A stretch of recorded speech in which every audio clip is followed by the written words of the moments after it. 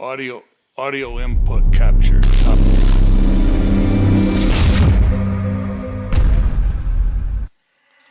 10,000 RPM. Yep. I hear me too.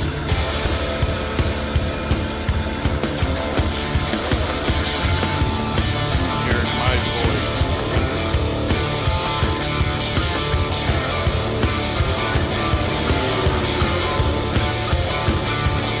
She like the blur of original 10,000 RPM. She got it all in the Yes. back, burning streets like a rebel jail. Yes. My lovely lady, heart of a buffalo. Lighting it up, she don't care if she got nowhere to go. Turn down that way now. Here's the thing about it. Turn that down or you keep that.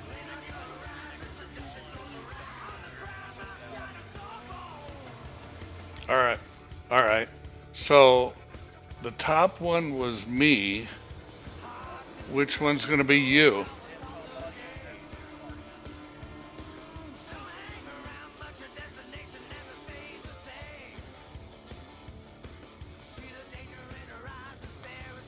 And where am I going to hear you?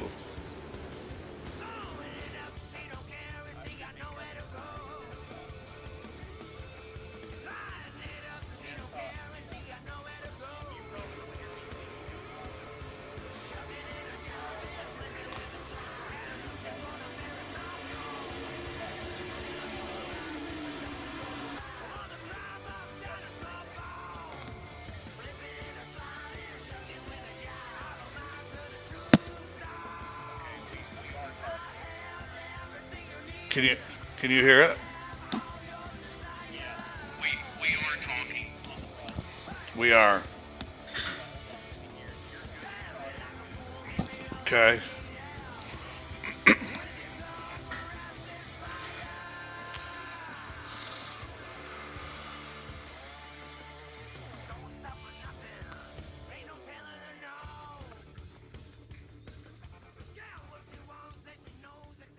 Check. Oh, okay. See on your audio volumes that's moving. See where it says desktop audio. Unmute that. No, down here on the bottom, all the way to the right. Unmute desktop audio. Check. Now leave it there just a second and let me hear me.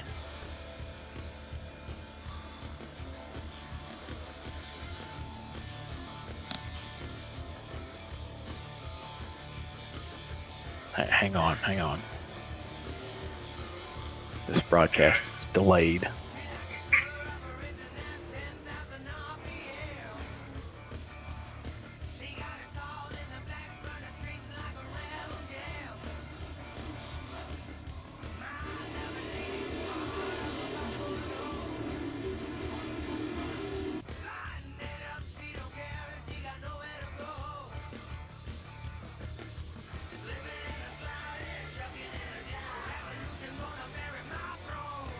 Getting ready to talk. Hold on.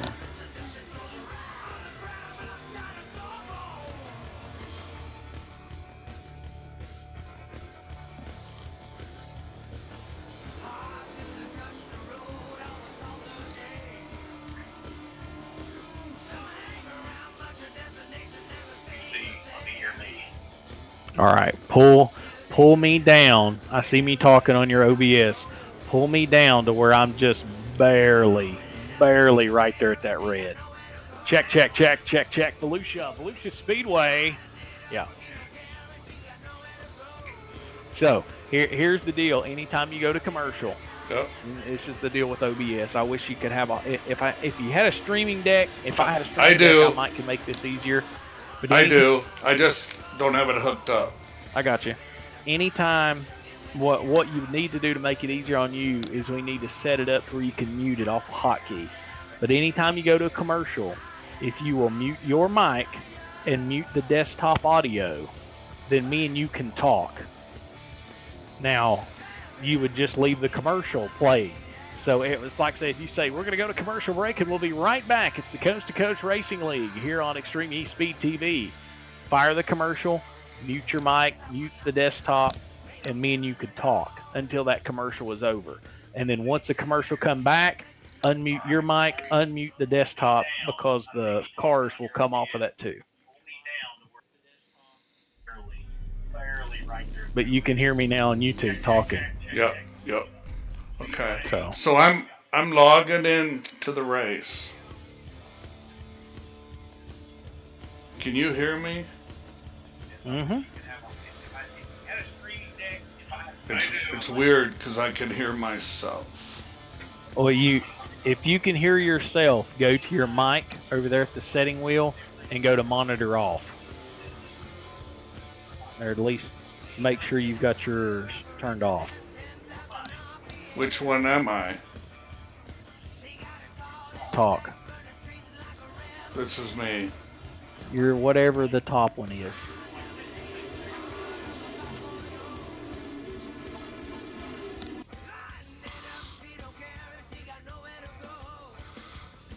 Okay. That's better. There you go. All right. So I'm logging into the race right now. I'm going to shut off the stream for a minute and see if I can fix this overlay. Well, if I don't switch it to race, it won't send the race anyway. All right. I'm going to try to fix this.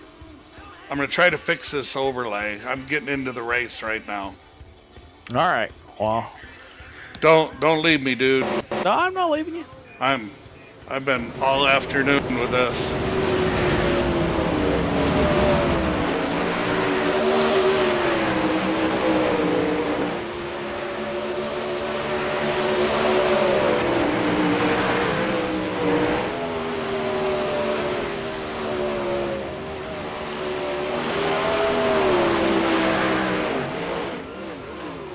How do I make the cars not so loud?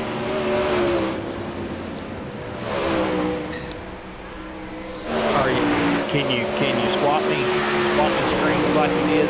Fix it to where I can see your iRacing screen. Like shut down your screen you got going on here. Swap over.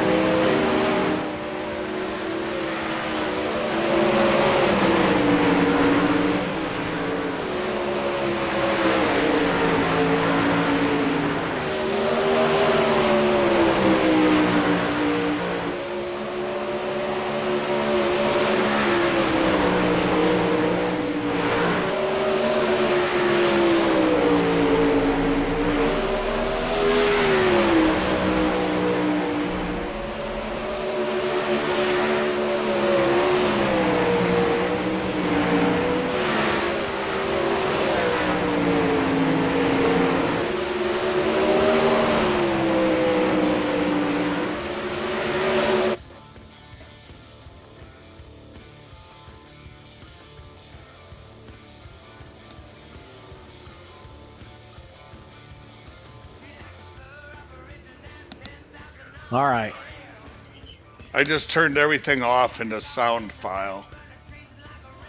You talking about it on iRacing? Yeah. I did this. Okay. You want to, keep the chat off, keep the spotter off. Like, uncheck the spotter. You don't need the spotter. Over here where it says spotter. No, you don't need that for the broadcast. Always make sure those are... Now, when you go back to racing, make sure those are both back on because it will leave it off. This isn't my rig. Oh, okay. I got a separate... This is our extreme production. Okay.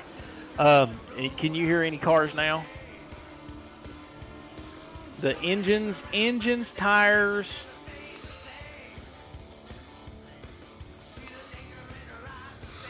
Barely.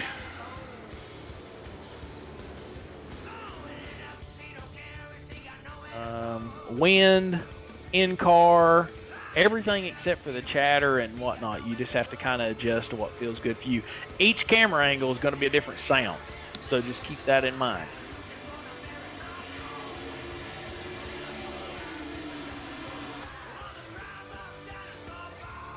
All right. Why are we not connected?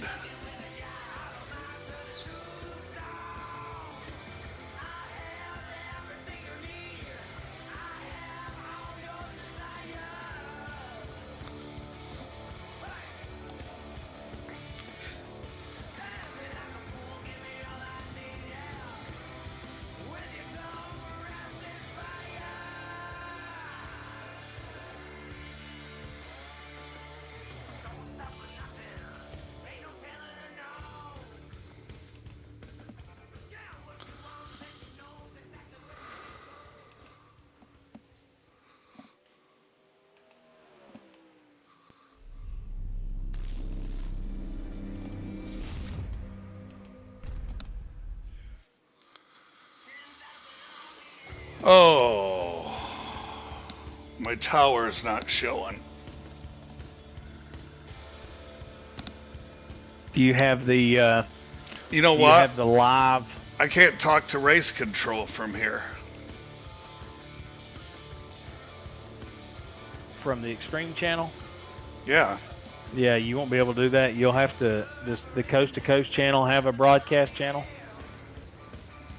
Yeah, but I couldn't stream into it.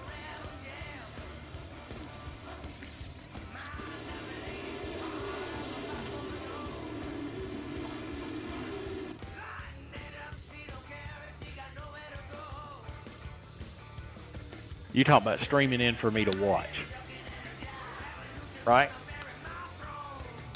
Yeah. Well, I mean, don't worry about that. No, I'll manage. I mean, I'm pretty good at being relevant to where you're at anyway, as far as talking. Well, I'm sending it to you via the Discord. But if I come out of there, You'll probably lose your OBS, I'd say. Don't worry about streaming it to me. Stream it to the OBS like you're doing, and don't worry about me in the Discord. I'll manage that. How are you? No big deal. How are you gonna know what's going on? Oh, I'll have the race on, and I'll listen. I'll shock you. Don't worry, buddy. Are you in iRacing to the race? Just now clicked watch race now. Okay. I'm getting ready to jump in to watch. It just now popped up to where I can join, so that's what I'm doing. All right, I'm gonna jump over to Coast to Coast and get in there. Okay.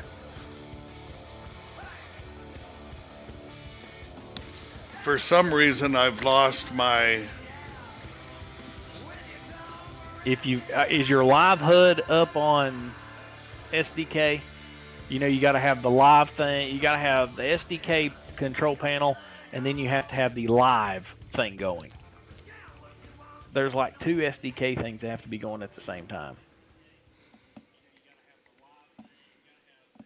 I believe I do. Because my logos are showing. Okay. Oh, there it is. There it is. All right, I got it. All right, I can see the sprint car. All right, I got my tower back up. I'm jumping over. Okay.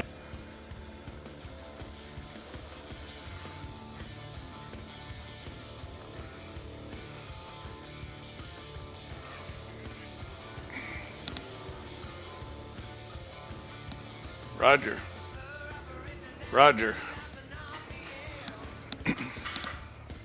We can hear everything on the broadcast, Andy. All your conversation We'll check. is on the stream. Just so you know. All right, 10-4. You're up. That's step one, right? So it's all good there. Yes. All right.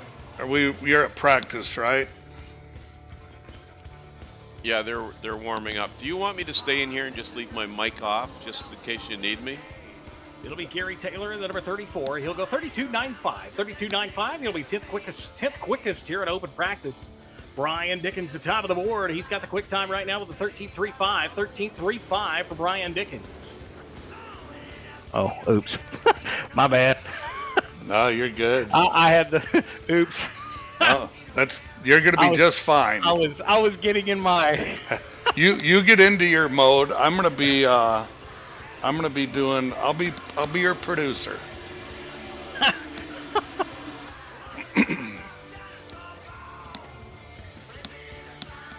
How much longer is practice gonna be? We 17 minutes. At 7 o'clock, we go to qualifying at 10 after. On the first one, Andy.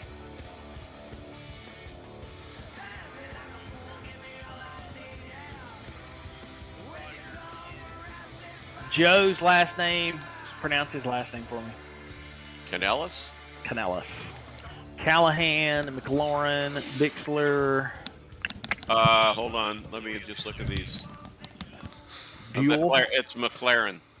McLaren. Dan's last name is McLaren? Dan McLaren. Yeah, like the car, like the Formula One car. I need to get my glasses. It's when you get McCarran and McLaren. That's all curious. We're live.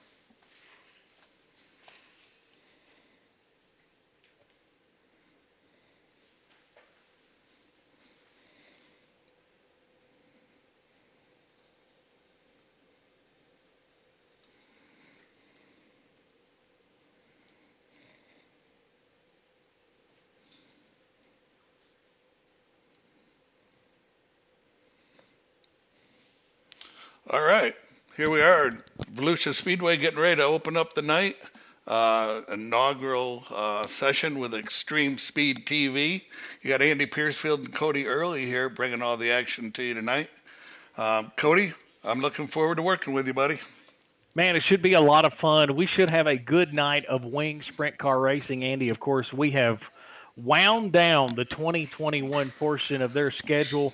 Week 13 for this series, and a pretty decent points battle as far as up top of the standings. Yeah, it's going to be a tight one all night long. We got 3 divisions tonight, so it should just be a lot of fun to see the guys go out and wrap up these championships. Yeah, and a track that usually, if it is worked in correctly, this thing will fire up as it looks like, Andy. We're going to get ready to roll into fast time qualifying to get things going here at Volusia Speedway Park.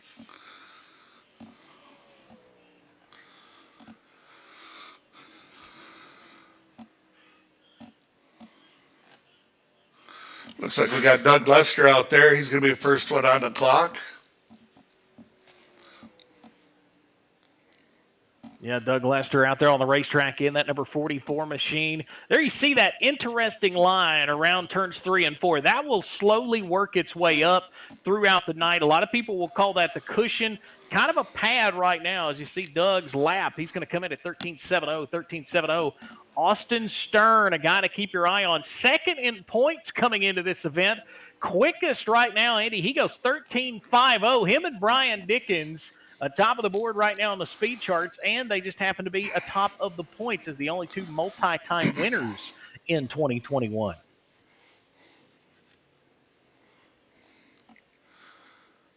Track looks like it's ran in pretty good tonight, Cody. I see looks like it's going to slick off and be some really good racing. This track, when it gets that in between, it seems hard to pass. Yeah, and we're used to the old heavy late models and these lightweight wing sprint cars today. The temperature 90 degrees here at Volusia Speedway Park. Track temperature not really a concern right now. I think we could see that rise, but we're going to see a beautiful afternoon. 10-mile-an-hour wind gust. Now that could be something to watch as the evening goes on, as we continue to see drivers put down fast time. Sean Bowers goes 13.47, 13.47. That is good for second quick. Now make that, second quick in his 03 machine.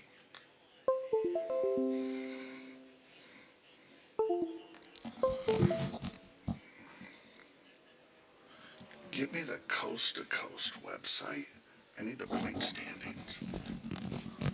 Kind of see these drivers work around the racetrack. One driver on the track right now, the 89 of Dan McLaurin. McLaurin on the racetrack in that 81. He's got the Bass Pro Shop Wellstar number 89. His last lap, or his first lap on the board. We'll see what the 89 can do on lap number 1. He'll go 9th quick, 13.70, 13.70. So 13.4 is the top of the board, Andy. Right now, 13.70 was Dan's last lap, 9th quickest so far. We continue to see him work his way through.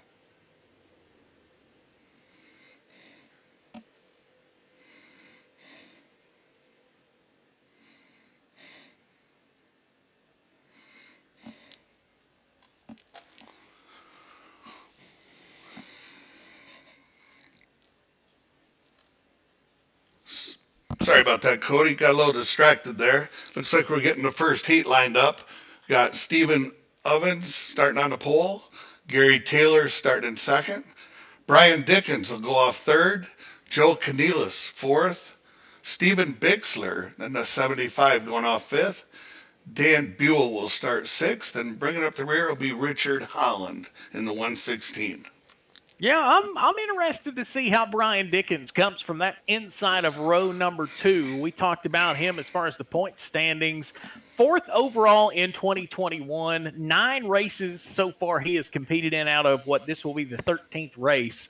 So we'll see what he can do here in this heat. Of course, I do believe all of these competitors will make the big show tonight. So no pressure as far as not making the show.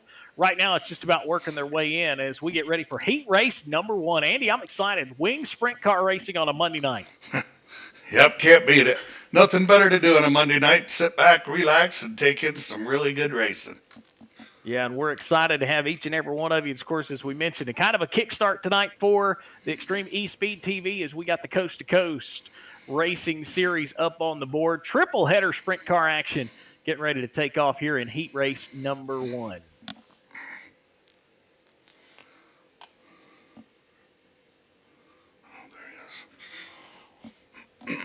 Looks like the flagman, Andy, going to give him the old 1 to go. And now's the time. I don't know about you, but when we get in our late models, I don't know, when that 1 to go comes up, you suck back in that seat a little bit more. Always feel like if you can get through turns 1 and 2, you can kind of get things sorted out. But a lot more pressure for these guys, man. These wing sprint car drivers, they put it all on the line every single lap. And we're going to see 7 of them go at it right off the bat with Gary Taylor and Stephen Ovens on the front row here in heat race number 1.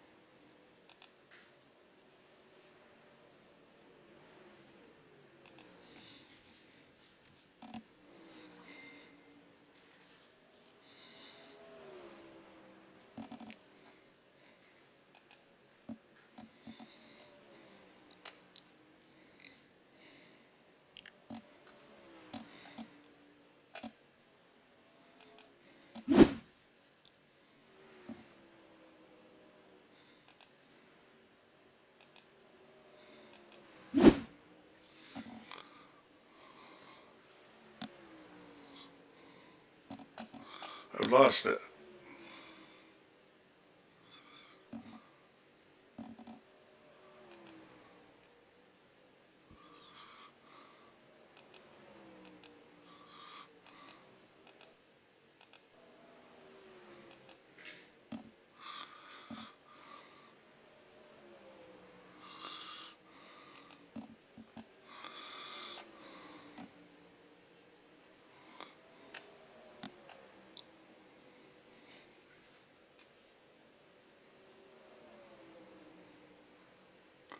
Broadcast box.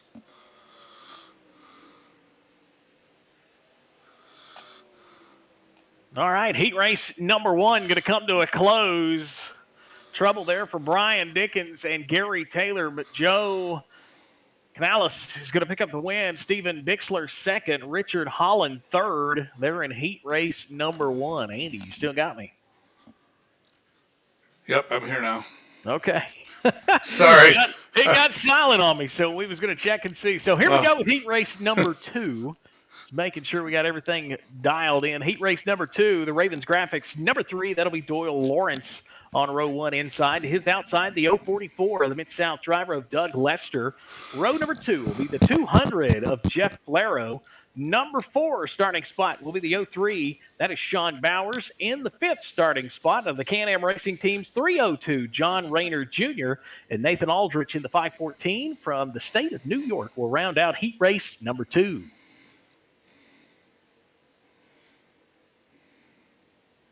Yeah, we lost power out here in the production trailer. I was wondering what that big spark was there off of turns 1 and 2. Now, it looks to me like we got Sean Bowers in here. He's our points leader coming into tonight. Yeah, an interesting starting spot. He's going to have to come from that inside row number 2. 8 laps is what make up the heat race here at Volusia. As we said, the 13th week for the Coast2Coast Racing League in their Raiders 360 Sprint Car Series. We talked about Sean Bowers came in top of the spot. Austin Stearns second. Brian Dickens was 4th. And we'll see what Sean can do as the current points leader. 3-time winner, I do believe, on the 2021 campaign. So a pretty good season for him so far. They'll creep down the back straightaway. The iRacing pace truck will make that hard left-hand turn. Andy, we'll get ready for heat race number 2.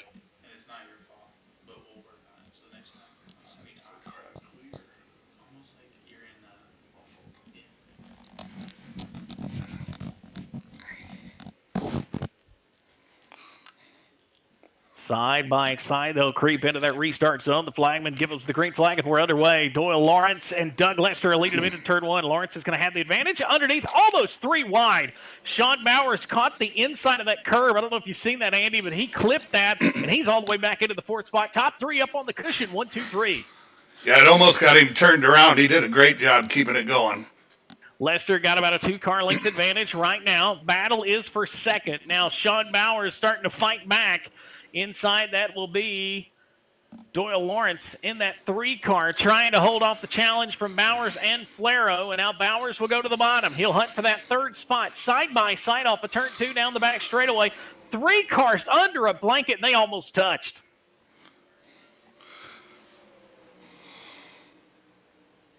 Working the bottom of the racetrack. Right now, it is Flaro, the only driver to work the inside groove of this racetrack, and he is making it work, Andy. That's a similar line we see in the late models, right up against the inside fence. It's very odd for the sprint cars. Yeah, I'm used to seeing them right around the bottom. Oh, and a battle for the lead. The points leader in the series. He goes to the top spot, and Doug Lester won't go away without a fight. 3 laps to go. Battle up front, 3 cars duking it out. They'll come to 2 to go, and they touch down the back straightaway. Off a turn 4, drag race at the line. I believe Lester got him there, didn't he, Andy? Yep, he sure did. Got him by just about a car length, and here comes Bowers back to the point.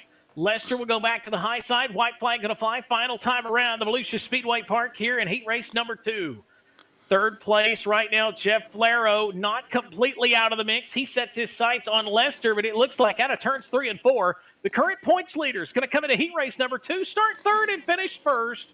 Sean Bowers will pick up heat race number 2. And Flaro got Lester right at the line. That was a great finish. Pretty good rally there for Flaro. Looked like he was definitely the 3rd quickest car, but you know what? Hey, it doesn't matter as long as you can get to the line first. So a good, solid heat race number 2, Andy. Good to see somebody can come from maybe a 2nd or a 3rd row and make their way to the front. Yeah, it's pretty racy out there right now. That was there was a lot of passing going on there. A little surprising to me at this point in the night. Yeah, interesting to see how this track kind of shapes out as we'll go into heat race number 3. You want to give them the starting lineup, Andy, for heat race number 3? Yep, we got David Callahan starting on the pole in the 55. Dan McLaren outside pole in the 89. Mike Schultz in the 016 starting 3rd. Austin Stern outside that 2nd row. And then we have Steve Maurer and Bruce Hilton in row 3. All right, we'll check on that in just a second as we get them rolling towards turns 1 and 2. Maybe I can't read them in the right order. we do have Austin Stern in this race though, and he's 2nd in points. So yeah, he's currently 2nd in points. I was looking down the list, seeing a couple of the other names in this list to seeing if anybody else has cracked into that top 5. It looks like only Stern right now would be your top 5 driver in point standings coming into this. So we'll see what he can do coming from outside of row 2. We've seen drivers on the inside of row 2 make a move. We'll see if he can do anything as he will get ready to rock and roll from the outside of row number 2.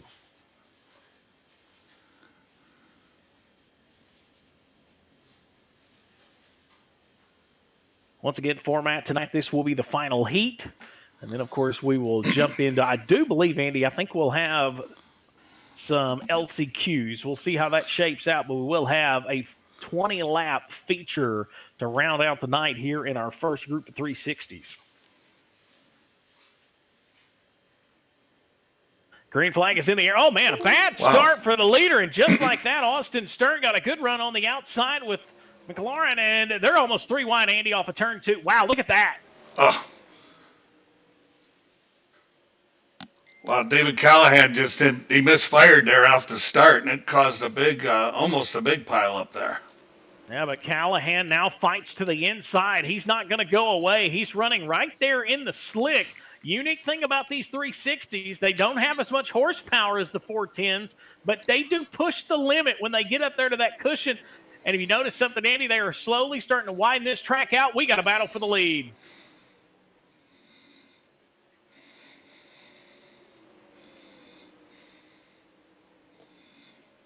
Stern. Oh, man, and just like that, it looked like McLaren caught the infield wall and looped him around, and that's kind of the price you pay as the LGR Motorsports number 75, man, takes the lead. Austin Stern will go out front, but just like that, Andy, one of those tires clips the concrete. It's pretty much over.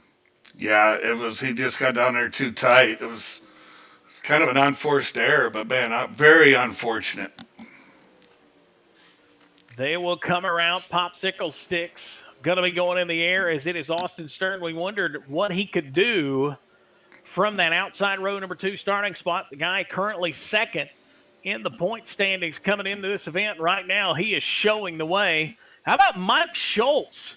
Didn't talk about him a whole lot in that initial starting lineup, but as the white flag flies, he is currently second, Callahan third, and Bruce Hilton round out fourth.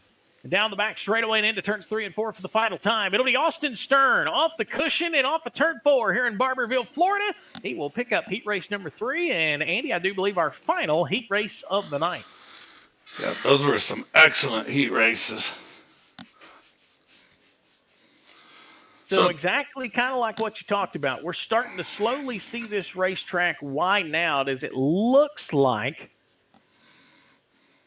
We're going to jump to, I thought we might see it. Yes, a B main. So we will have one LCQ. I do believe everybody should make the show. I could be wrong, but I think everybody will make the show. So this will just kind of set the rest of the starting lineup.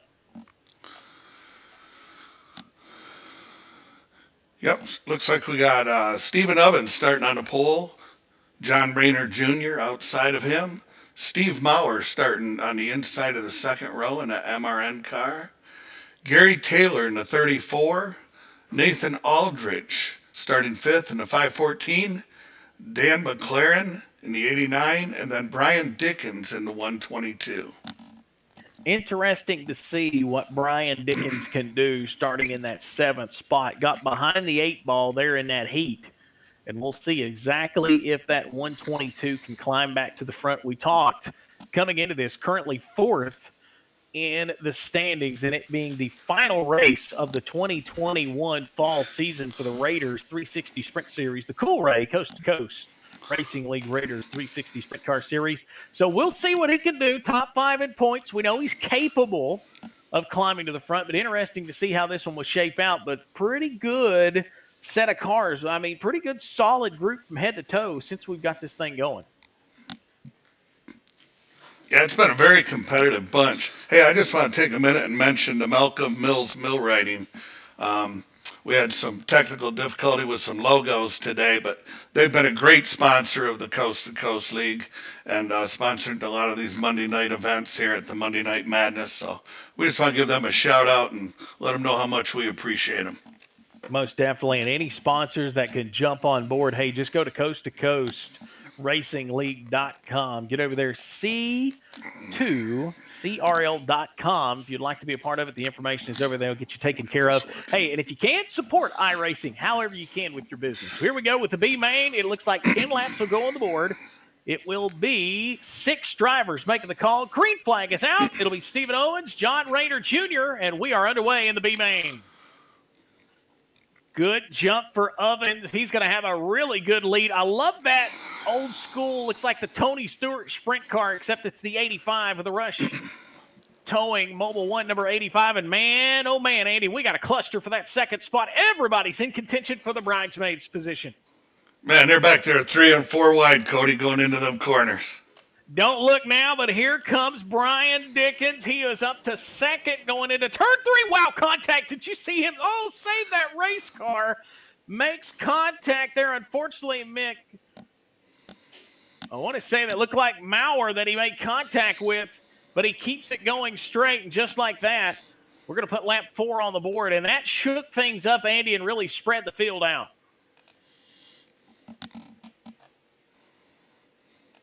Dan McLaren, I believe, was who was involved in that accident, and I am not seeing him popping up on timing and scoring. So the 89 may have went on to the pits. But right now, Stephen Ovens out front in that 85 machine, coasting in front of John Rayner Jr. That gap right now is just about 0.6 tenths of a second.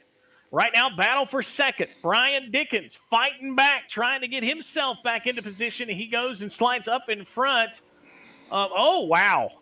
I don't know if you caught that or not, but looked like Dickens climbed the fence off of turn number 4 as they'll work down the back straightaway and into turns 3 and 4. And Andy, you notice this track, it's just going further and further up to the wall, especially in turns 3 and 4.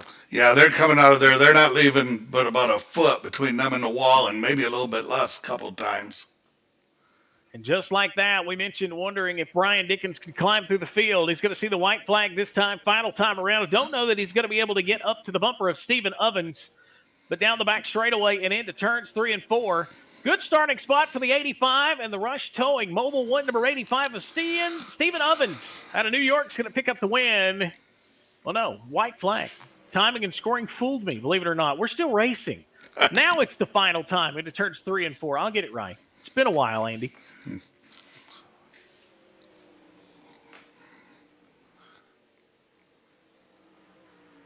So it will be Stephen Ovens to pick up the B main. Brian Dickens will go second. John Rayner Jr. third. Gary Taylor fourth. And Stephen Maurer will round out the top 5. And that will set the stage for the warm-up. And Andy, I think after the warm-up, we'll get ready for our first feature of the night. Looking forward to it. It's going to be fun.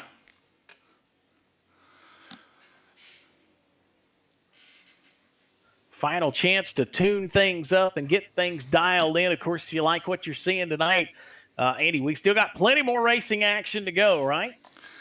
We do. We got two more classes to run after this. I've just been really impressed with how competitive this group is. Yeah, and kind of explain, I know we've got Rogers hanging around the production truck. Kind of explain this process, and maybe if he wants to jump in while we got a second here, kind of explain how the process works, how the tiers go for these 3 series throughout the Monday Night Madness.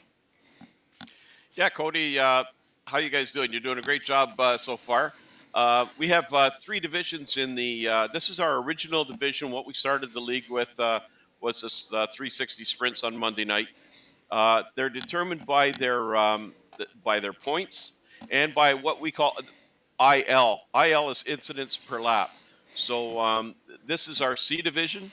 At the end of this season, the guys are really aware of what their IL is right now, because if they want to move up, there are thresholds that they have to make.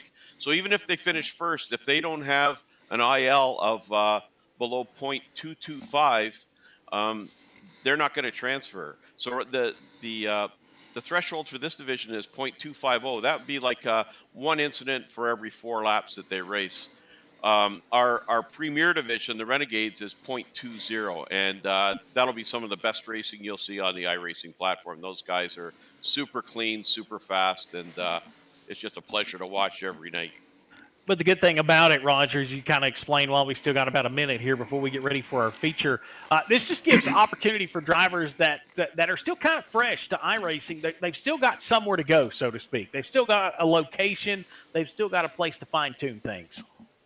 Absolutely, and with this the winter season starting after week 13, we're also bringing back our recruiting night on Tuesday night. So it'll be open session. Anybody with an I rating under 2,500 is welcome to come out, and I think they'll find it some of the cleanest racing on the iRacing platform, as well as it's a great community that we have here, and you won't get the call outs, so you won't get all that sort of nasty stuff that you see in official racing.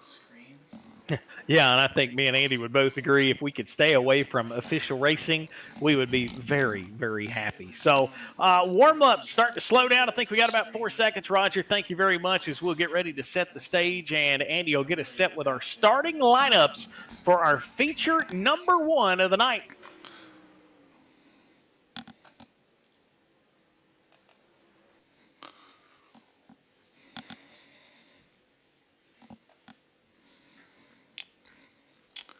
All right, getting us ready to kick off with that first feature, we're going to start with Joe Cornelis. He's on the pole in the number 1. Sean Bowers in the 03, our points leader, starts outside front row. Austin Stern, second in points, going to be right up front there for a good battle. And then starting 4th, we got Steven Bixler. Jeff Flair will start in 5th. Mike Schultz from New York, he'll be starting 6th. Richard Holland in the 116 is 7th, with Doug Lester on the outside in the 44. In the 5th row, starting 9th, Bruce Hilton, along with Dan Buell from Pennsylvania in the 155. Doyle Lawrence will start 11th. David Callahan will start 12th.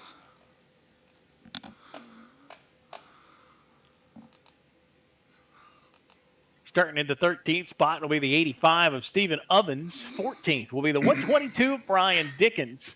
15th will be John Rayner Jr. in the 302. The 34 of Gary Taylor will roll off 16th. Stephen Maurer will roll off 17th.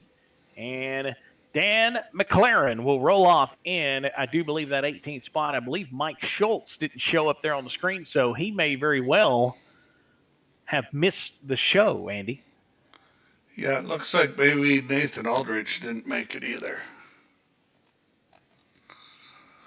If I could just jump in, guys, I just want to point out Steve Ovens' car, number 85. So Steve Ovens and his father, Stuart, and his brother, Brad, all raced in the league. Steve Ovens is the voice of Land of Legends Speedway.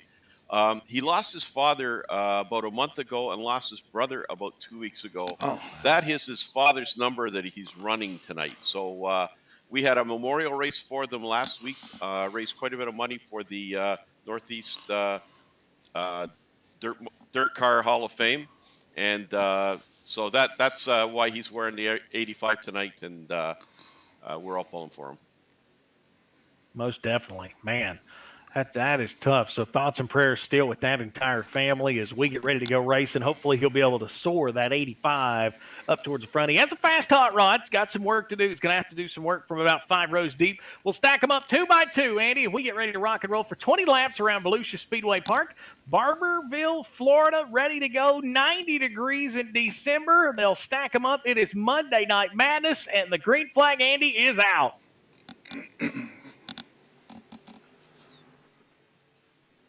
Right off the bat, they'll spread out all the way across. Oh, and we got one up into the outside retaining wall. Skimmed by there in the corner of the screen as they go 1, 2, 3, 4, 5 on the high side. Top 3 are fighting, and there's that caution flag. I thought we might see that caution come out. I was curious to see if we were going to get that caution or not. I saw somebody jump up on the fence. Yeah, I didn't catch who it was, Cody, but it could have been a lot worse than what it ended up. Yeah, most definitely. I was going back to see if maybe that looked like Doug Lester. Might have been him in that black and green 44. Man, climbed the fence, brought it off the fence. That was a pretty good save. So, 3 and 4 didn't work out so well. I'm seeing into the corner of my eye. I think he got up and over there and turns 3 and 4. So, first caution of the night will come out. And we will rack them and stack them back up. And it didn't take them long to spread out all over Volusia Speedway Park, did it? No, they were they were fighting for some ground there. That was a mess.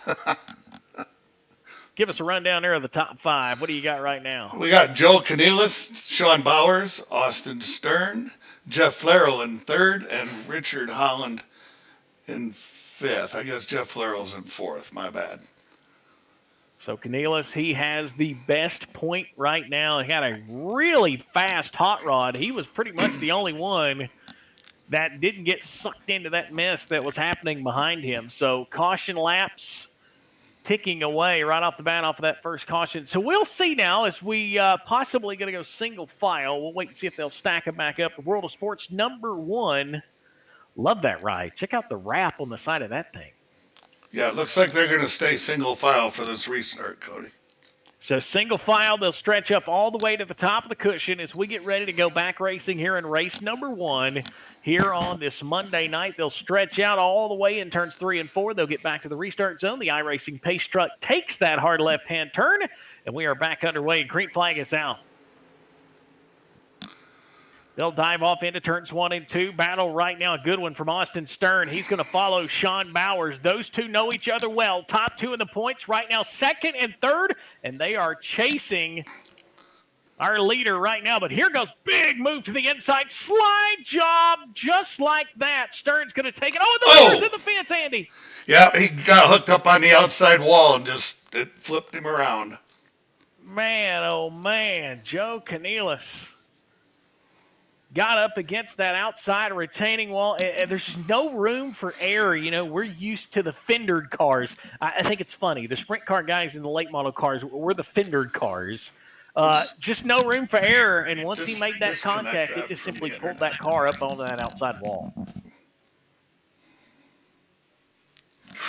Leave that. Just turn off the internet. So caution flag will come back out. And man, oh man, I was looking, Austin Stern, I believe he's going to rally back up, maybe third. No, they've got him. Yeah, he's going to be second. I was thinking he was going to be somewhere there with Sean Bowers. As, of course, timing and scoring for the dirt racing, it always kind of gets crazy on us. But looks like we'll shake it back up. We'll get ready to line them up. A lot of drivers going into the infield. We'll get with Roger. Roger's in here. Roger, what is the rules whenever it comes to pit road? What do they got going on here on your Monday nights? So the caution laps do not count, and so they do get a chance to get in the pits and get out and not lose any laps. Something else to point out too, Cody, is with our divisions and the system with the ladder system we have, the top 10 from this race will transfer to the B division as long as their IL is low enough to transfer. So another emphasis on that safe, clean driving. But the top 10 here with an IL below 0.225 will qualify for the Rebels race. Now, is there a possibility that somebody could be in all three when the night is done?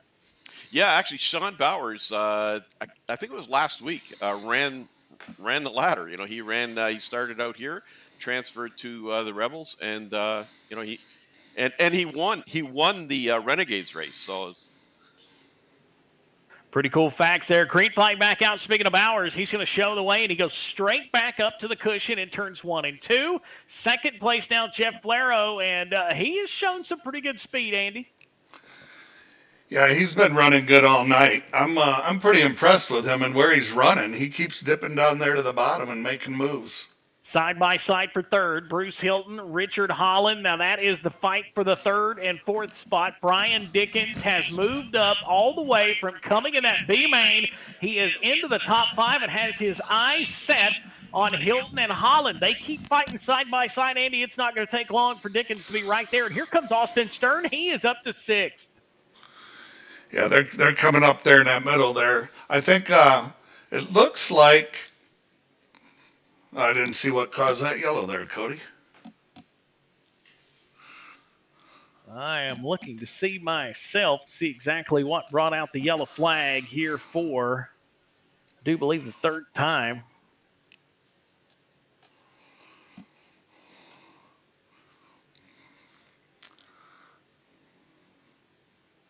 Yeah, it looks like there was about 6 cars got caught up in it. Cody, while you're checking that out, just to mention, we had a matinee race here today. We have matinees on Mondays, run the track. We're going to be running that night. And we haven't been here all season. Now, I don't know if you have with your Pro Late Model Dirt Series, but after the last iRacing update, the wear has changed fairly significantly. So guys were here scrambling a little bit, trying to find some bite earlier today. And it's looking like it's doing the same thing tonight. Yeah, Roger, most definitely. We just come off of our Grinch 30, which was our double points race for our fall nationals here about 3 weeks ago. Maybe. And we decided to kind of push the limits of the track as far as what we could do and leaving it and let it roll over all night. And man, oh man, and I think Andy can vouch for this, by the time we got to the feature event, the track really kind of shaped up. And to say what you're talking about, Roger, it widens out a whole lot more than it used to. 1 and 2 used to be pretty much a bottom to middle feed. You couldn't really run the high side. If you did, you lost a lot of momentum. But it looks like the adjustment has really widened this racetrack out. Yeah, for sure. And, but when we get to the Renegade side, it'll be a skating rink, and those guys are just amazing at, their car control on a slick track. Well, the iRacing pace truck will get ready to jump off. Bowers will be out front. Flaro second. Hilton now third. Good restart again for Bowers. Andy, he is keen on these restarts. Yeah, he hasn't missed a beat on every one of those. But we've got some good racing back there. It looks like there's some guys are going to get up there and give him a run for his money. Yeah, the good racing right now is from 5th on back. Man, they are 2 by 2 through the rest of the field, working the high side. Doyle Lawrence. No, Doyle Lawrence is on the bottom. Looked like he caught the inside wall in that Ravens Graphics number 3 machine. He's dropped back to the 7th spot, side by side. And a name you mentioned a little bit earlier in that 85, Stephen Ovens is starting to slowly work his way, but he's doing it on the bottom of the racetrack. We got one around. It looks like John Rayner Jr. might have got a little help there in the 302 with the Can-Am Racing Team 302 as he goes around in the middle of turns 1 and 2. Hey, Cody. Well, we got a minute here with this caution. You run a phenomenal league yourself. You guys have been great partners. Tell us a little bit about the Pro Late Model Dirt Series that you run. Roger, I appreciate it. Yeah, we're getting ready to get our third, I believe it's our third, our third season underway. We'll fire up in February. Invitation only deal where we select 24 to 26 guys, and that's the guys that we try to run a full season through. That gives them an opportunity to race with the same people week in and week out. Of course, sometimes people don't make it all the way through the season. But we have a lot of open races, including one coming up December the 29th, 400 to win our icebreaker. I got kind of blessed with that. For one, thanking you guys for helping us out and working together on the broadcast deal. And for two, we've had some really good late model drivers sign up to run this. If you're in the late model world, you know the names of Cody Overton, Drake Troutman, Kenny Collins, who just actually competed this past weekend at the Dome in St. Louis at Gateway. So 400 to win. We've got 60 guys signed up. It should be wild and crazy. Of course, Lowell and the Virtual Grip Network will be helping us out there, and I know he's been doing some great things for you all as well.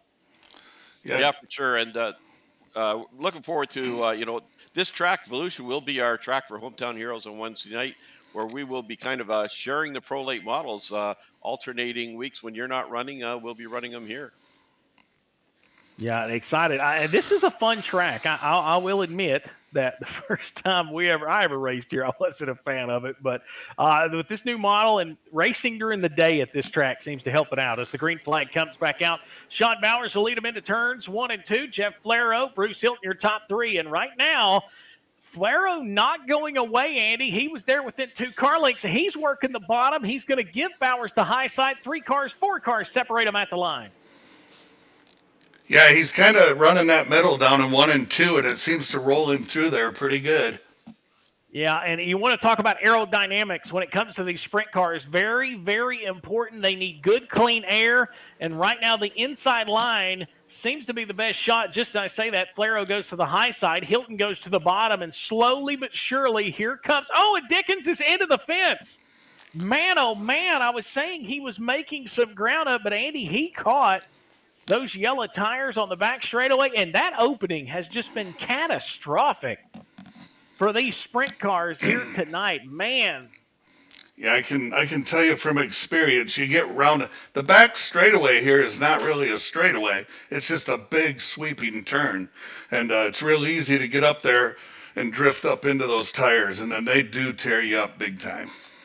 Hate to see that for the multi-time winner.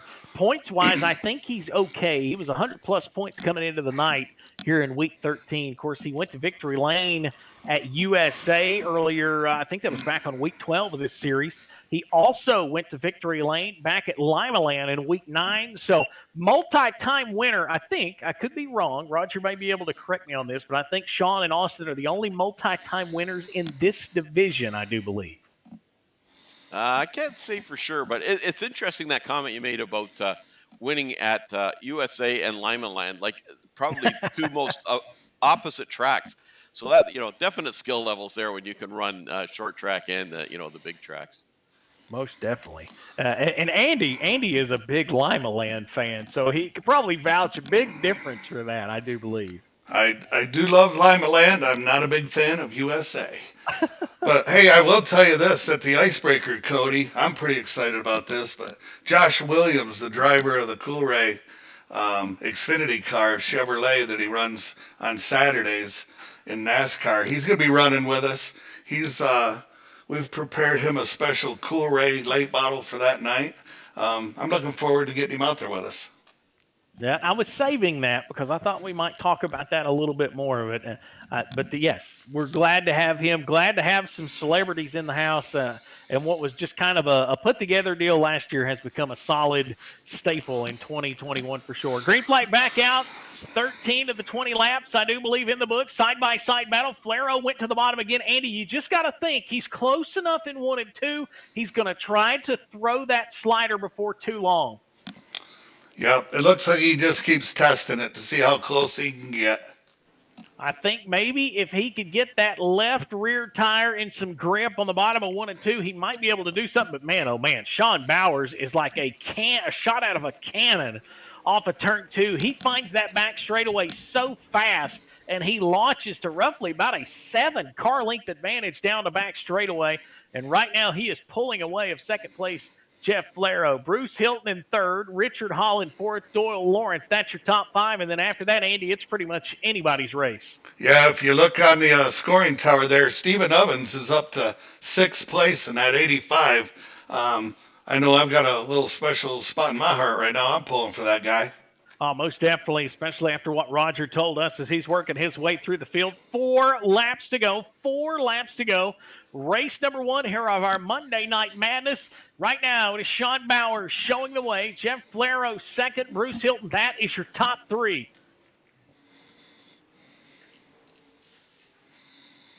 Down the back straightaway and into turns 3 and 4. He has found a home at that cushion, Andy, and he keeps getting closer and closer. I was watching the camera angle there a minute ago, not doing justice of where he's putting that right rear tire because he has got it almost as close to that fence as you want to be, and it's also kind of battling and kind of dueling with maybe the devil there up against the outside fence. Oh, yeah, he's right up there flirting with it hard. That was an excellent race. White flag going to fly down the back straightaway for the final time. Into turns 3 and 4. No doubt about this one. Is a good effort there from Jeff Flaro in 3 and 4, but it's going to be Sean Bowers picking up the win. Jeff Flaro second, Bruce Hilton third, Richard Holland fourth. Doyle Lawrence will round out your top 5. Gary Taylor 6th, Austin Stern 7th, Stephen Ovens 8th, John Rayner Jr. 9th, and Dan Buell will round out the top 10 in race number 1.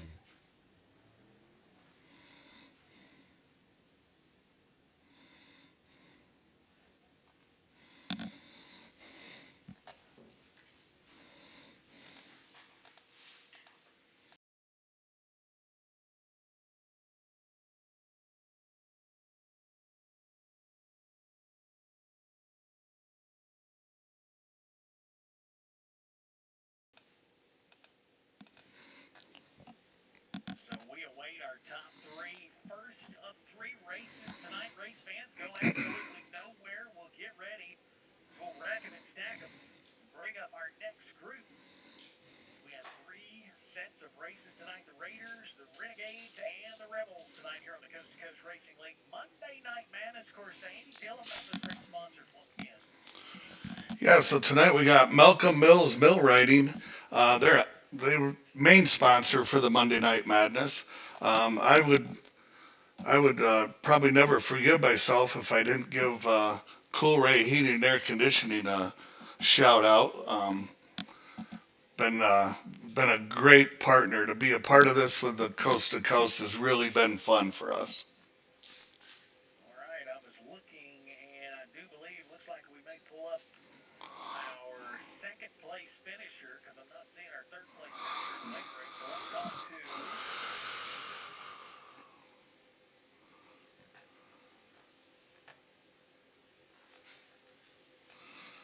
All right, Roger, we might have to get you to pull them up. It's not letting me pull them up into the broadcast booth. So see if we can't get Jeff in here. There we go. Jeff Flaro, man, you was giving it everything you had. We was talking about there on the broadcast a few minutes ago. You were hitting that bottom in 1 and 2, trying to test out for maybe a slide top. Just couldn't quite get that momentum enough to get around Sean there at the end. No, I was trying to.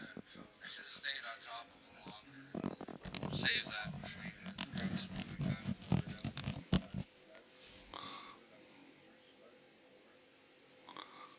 Well, we talked, Roger.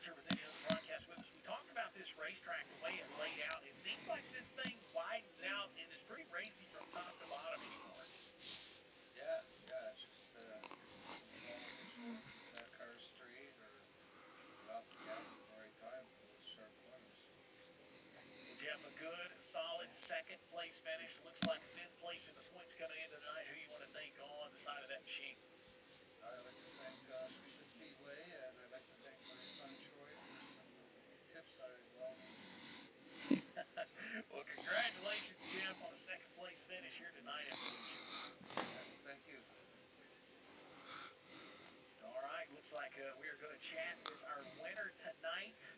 Points leader coming in, I do believe this might be the exclamation point on the 2021 season for Sean Bowers. Man, you got out front, you found the cushion. We were talking about turns 3 and 4, man. You were flirting with that outside wall. Did you ever get to a point where you wanted to come off that wall, or you knew that's just where you had to be?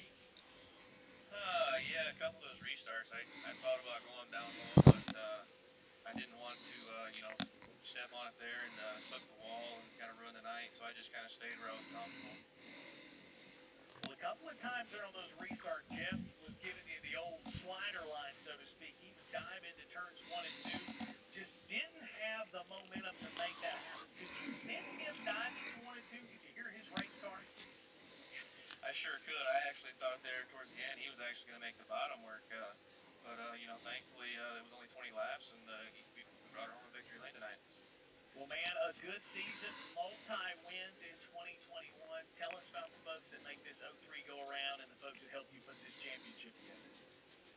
As always, I got to thank the guys over there at the Firm Motorsports, Apex Auto Glass and Tinting, ABR Setup Shop, Mazins Transport 21 Designs, and I got to give a shout out to Kevin Fry for giving me a spot. All right, man. Well, congratulations. Enjoy it. I think we might be seeing you again before the night's over with. All right, fellas, I believe that's going to put a wrap on race number 1.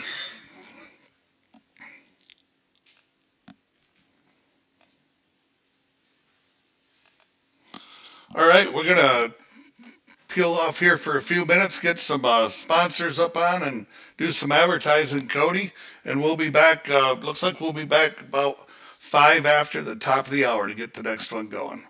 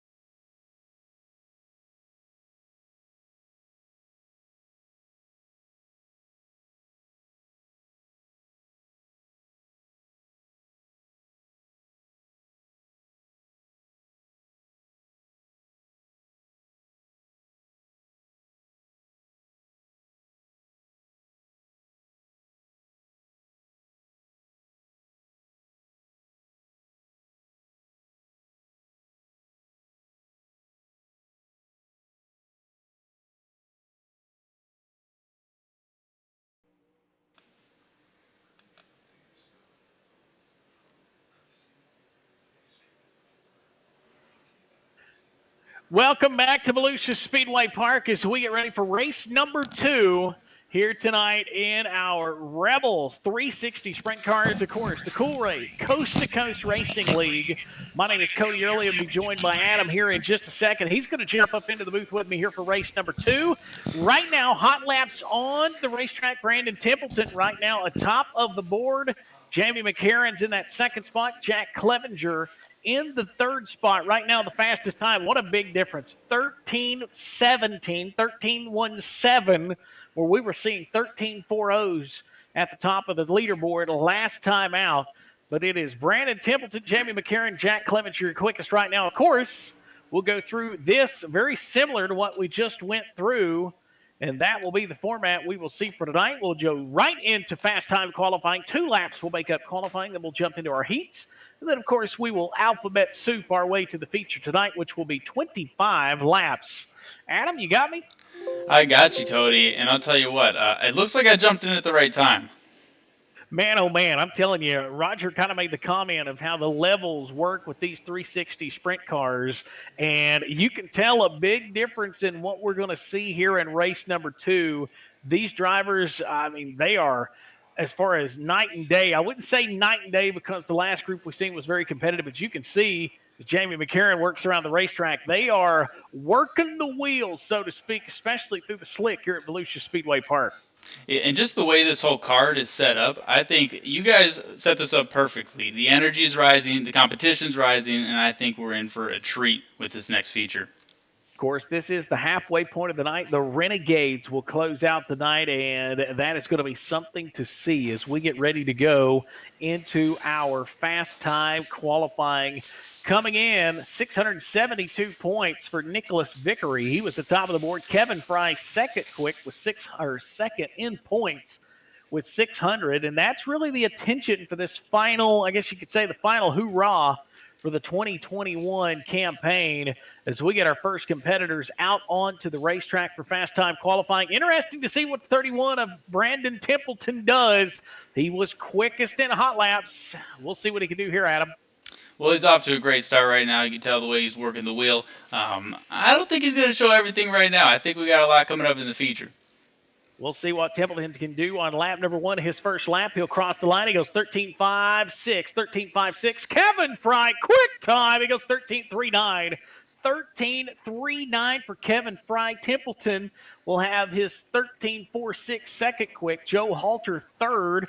Jamie McCarron in the number 211 will go to the top of the board. 13.37. So we are seeing much slower times, Adam, but we're starting to see that track kind of dry out, especially there in that second groove from the bottom of the racetrack.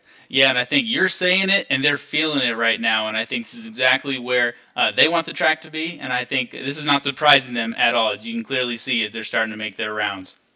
Yeah, they're working their way around this racetrack, and I think as the night goes on, we saw it in our first race, this track will just simply widen out. We saw this track go from about, I would say, halfway through the turns, kind of where that thick marbles is, and then by the end of the night, of course, we've seen our last race, they were all the way up against the cushion as Corey Cussler, 13.36. He will go to the top of the board and knock off Jamie McCarron to help wind down fast time qualifying. So there we go. How about that? A surprise kind of at the top of the board as Corey Cussler will go to the top spot, coming in 16th overall in points coming into this final race of the season. Yeah, you kind of just took the words out of my mouth. I'm looking at the points, and I scrolled down 16th, and the numbers he's putting up, I don't think that's a fluke either. I think he's ready for tonight's action. Well, we'll see. Of course, we will set the stage through our heat races. The heat races, of course, will ultimately set the lineup. Now, there will be a last chance showdown, but I'm currently seeing 14 drivers took time there. So surprising that Vickery comes in as our points leader. He qualified 14th with a 13.68. So the points leader is going to have to go from the bottom of the barrel for the heat race. Yeah, and that's a little interesting. And Cody, as someone, you've probably run this track before. Is that a challenge that can be overcome in a race, coming from back to front? Yeah, and in the past, I know we talked about this on the previous broadcast.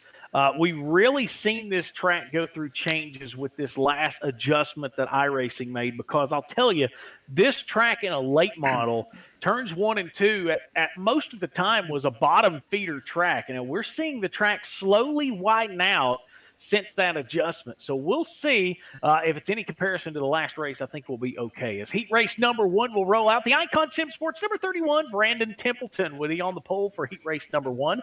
To his outside out of California, the number 22, that is Joe Halter. Row number 3 out of the Lone Star State, it's the 21 of Kevin Fry.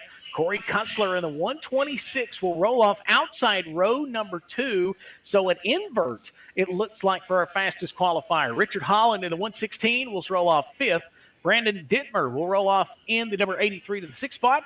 Roger Craig and Jesse Atkinson will round out row number 4. And Adam, here we go with heat race number 1. I'm ready. I think we're in for a treat. Interesting, the invert. That was something I didn't expect coming right away. So we'll see exactly what kind of speed that Corey Kussler will be able to put together in that 126. He had plenty of speed out there by himself. We'll see what he can do in that 126 as we'll get ready to shape it up for 8 laps here in heat race number 1. Yeah, I hop on the broadcast here and we do the invert. I'm seeing some pretty good speed and some surprise qualifying people up front. So you guys are throwing everything at me for this first portion of my broadcast. Well, we like to keep everybody on their toes one way or another. And now Andy doesn't like that. Andy likes to have it scripted out. So we keep it calm for Andy. So I think that's why Andy put me on the broadcast. He knew these big changes were coming. He's like, I can't watch this. Indeed. Heat race number 1 getting ready to roll off. Second in points, Kevin Fry. You see him in the number 21 machine. He'll roll off inside of row number 2, the iRacing pace truck. The Silverado will get ready to make that hard left-hand turn, and it is time to turn and burn. Heat race number 1 for the Rebels 360 Coast-to-Coast Cool-Ray Racing League Sprints is green. Man, it did not take them long to fan out. I thought they were going to go 3 wide into turn 1. Man, oh man, shot out of a cannon's Fry, nowhere to go, and they jumble up for third on back. Wow, and now there is some severe separation. Oh, we got a little bit of action going on in the back. Oh, man, and it looked like Fry took the blunt of that in that 21. He's simply totally off the pace now, but the lead is Joe Halter and Brandon Templeton. Top 2 fighting off a turn 4 down the back straight, or down the front straightaway. Oh, the big contact leaders are together. Oh, man, and spinning right in front of the field is Corey Kussler. He gets into contact. Joe Halter's around, and that's going to leave Brandon Templeton pretty much all by himself. Roger Craig, how about that? Roger's starting to fight back. You could say this was inverted. You could say whatever you want. It is pure chaos, and we're not even in the main feature. No, and no cautions flying in heat races. That's really going to set the stage for Roger Craig and Brandon Dittmer. They were on the outside looking at that top 5, and after the chaos that ensued during the opening 4 laps, second and third are drivers that started from way back. Roger Craig come from 5 spots back to second. He's under attack right now by Brandon Dittmer. You know, and he's under attack right now, and oh, beautiful pass right there. But you can see it is smooth. These guys are starting to feel out the track. I think it was an anomaly what that first lap was. I tell you what, Brandon Dittmer is just working all over Roger Craig. Going to finally get around him there side by side. Going to be coming to the white flag this time by. Can Craig get back to the outside? He has the preferred line, and Dittmer's going to slide up in front of him. Final time around the Volusia Speedway Park. Brandon Templeton, Adam, has been on a rail. He got away from the chaos and hit 3 and 4 for the final time. Yeah, Brandon Templeton, third in standings, but he's got eyes on the prize, kind of first place right on his mindset. And you can see it right here in heat number 1. So Roger Craig gets back by Dittmer. Dittmer third, Richard Holland fourth, and Corey Kussler will round out the top 5. 3 of the top 5 hot rods didn't quite have that heat go the way they wanted. And Adam, they're going to have to come from behind just to get into the feature. Well, and like you talked about, if you're starting from behind, this is a track where you shouldn't stress about that. And me, it depends if you're an optimist or, a pessimist. I'm going to look at this and say, okay, if I'm in the front, I'm not going to get too comfortable. There's a lot of things that could happen in this race, and we just saw it here in heat number 1. Oh, without a doubt, we'll get ready to roll out heat race number 2. Roy Collins in that 62. He will start on the front row. To his outside, the 78 of Jack Clevenger. Clevenger 6th in points coming into this event. Row number 2, it'll be the 414 of Brennan Lacey. To the outside, Jamie McCarron in the 211. Mike Kramer, he will be in the 70 machine inside of row number 3. To his outside, the 181 of Jeremy Kentmer. Nick Vickery in the Spartan Racing 00, and Kyle Goldner in the Stephen Goldner Racing 97 will round out the field for heat race number 2. And, if you're just kind of watching this for the first time, or even if you've been following it, I'm looking at these guys that are, near the bottom of the standings because they're in this league for a reason. These guys aren't, just off the street. These are guys who know what they're doing, and I think they're going to prove it tonight. Yeah, and I think if we could get a good turns 1 and 2, this could shape out to be a really good heat race because we talked about Nicholas Vickery, currently number 1 in points. 72 points separated him and Kevin Fry coming into this final race week. This will be the 13th week that this series has been in action. I don't know that Vickery could be caught by Fry. I do believe Vickery would have to have a really bad night and Fry have to have a perfect night. He missed out on that in the heat race. But Brandon Templeton, he's not really out of the picture, but to some extent he is back there with 567 points. Yeah, there is some separation there, and I think if you're watching tonight, there's going to be a lot of eyes on Nick Vickery. And so I think it starts right here. Is he going to go hard right here? I think he's going to push it, and I think we're going to see a similar 1 and 2. I think he's going to have some patience. Green flag is out. We are racing Clevenger Collins on the front row. Man, the top 4, that was a parade lap at full speed going into turns 1 and 2. And unfortunately, Lacey is going to go backwards. Now Lacey's going to slot into that 4th spot. No, he goes to the outside. He's going to try to go around Collins. So far, a little cleaner than the first heat. Yeah, most definitely. They got into turns 1 and 2 much better, and I'm watching Vickery. He's picked up 1 spot, but that's solid where he's at right now. He's in the 7th spot, but the battle for the lead starting to heat up. Here comes Jack Clevenger, Jamie McCarron. That's your top 2. 2 laps. Now make it 3 laps here in heat race number 2. 1-2 battle. There's nothing better right now. Starting to get closer and closer to that cushion. I was watching Roy Collins. He went all the way up there in turns 3 and 4. Now this time, Kyle Goldner, he will try the cushion in turns 1 and 2, but the battle for the lead still 2 car lengths off of turn 4, halfway home here in heat race number 2. And we just see Vickery jumps up another spot to 6. Let's see if he can get top 5 now.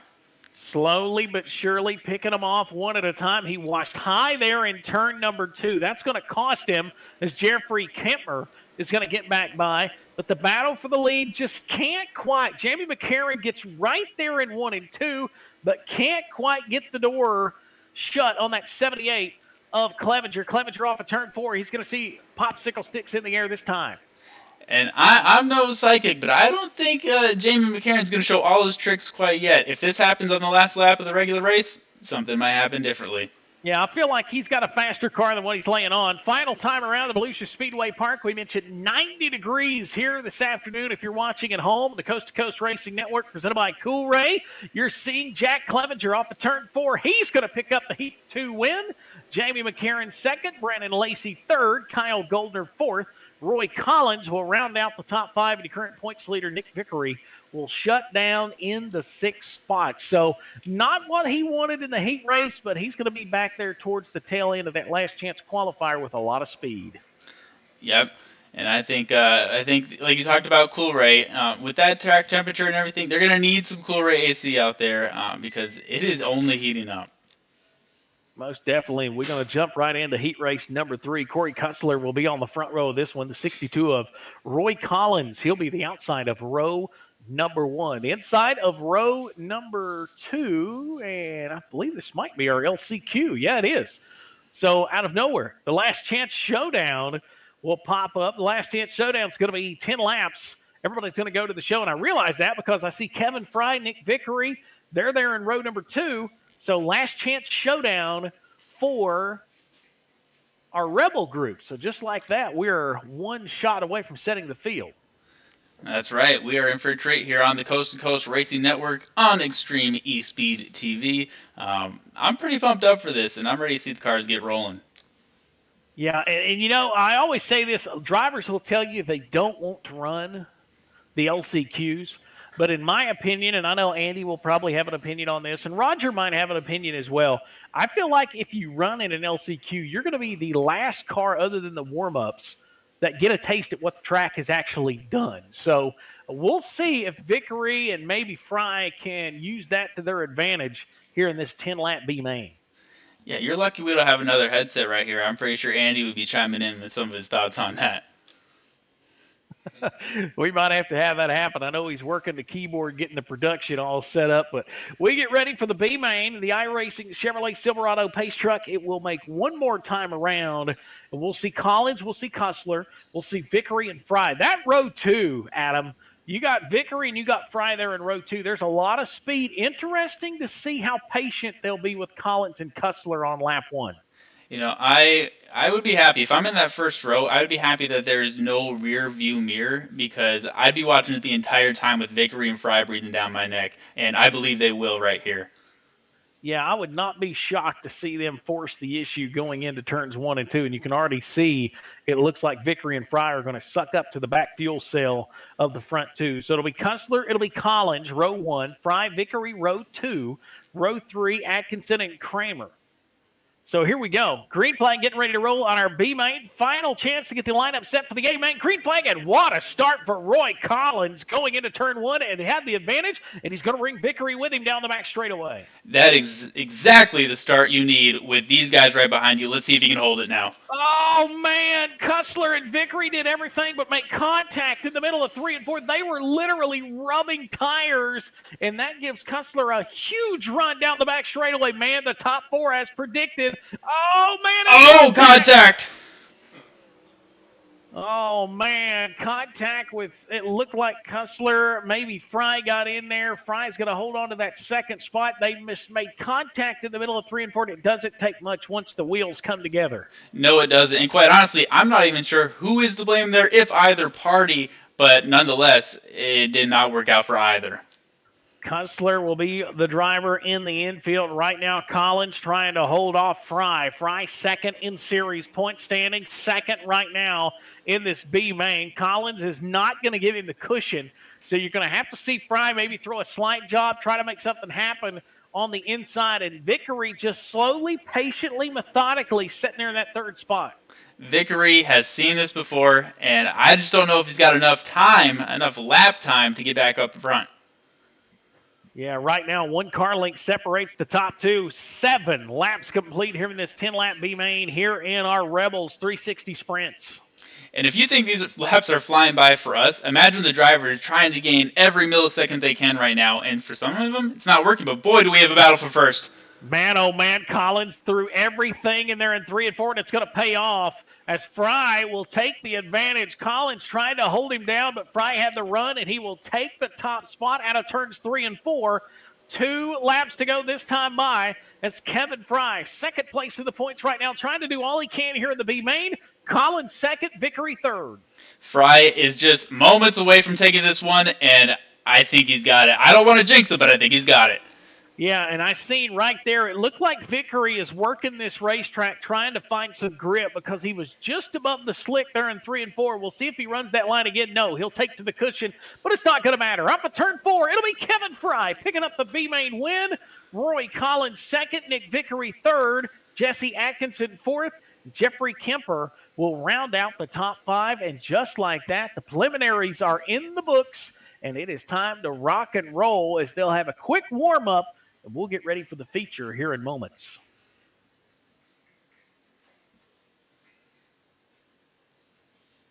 While they get out onto the racetrack and warm up, I see Roger has jumped back in with us. Man, good run. I tell you what, taking advantage of that heat race, a lot of chaos in front of you, and you drove that thing right through it.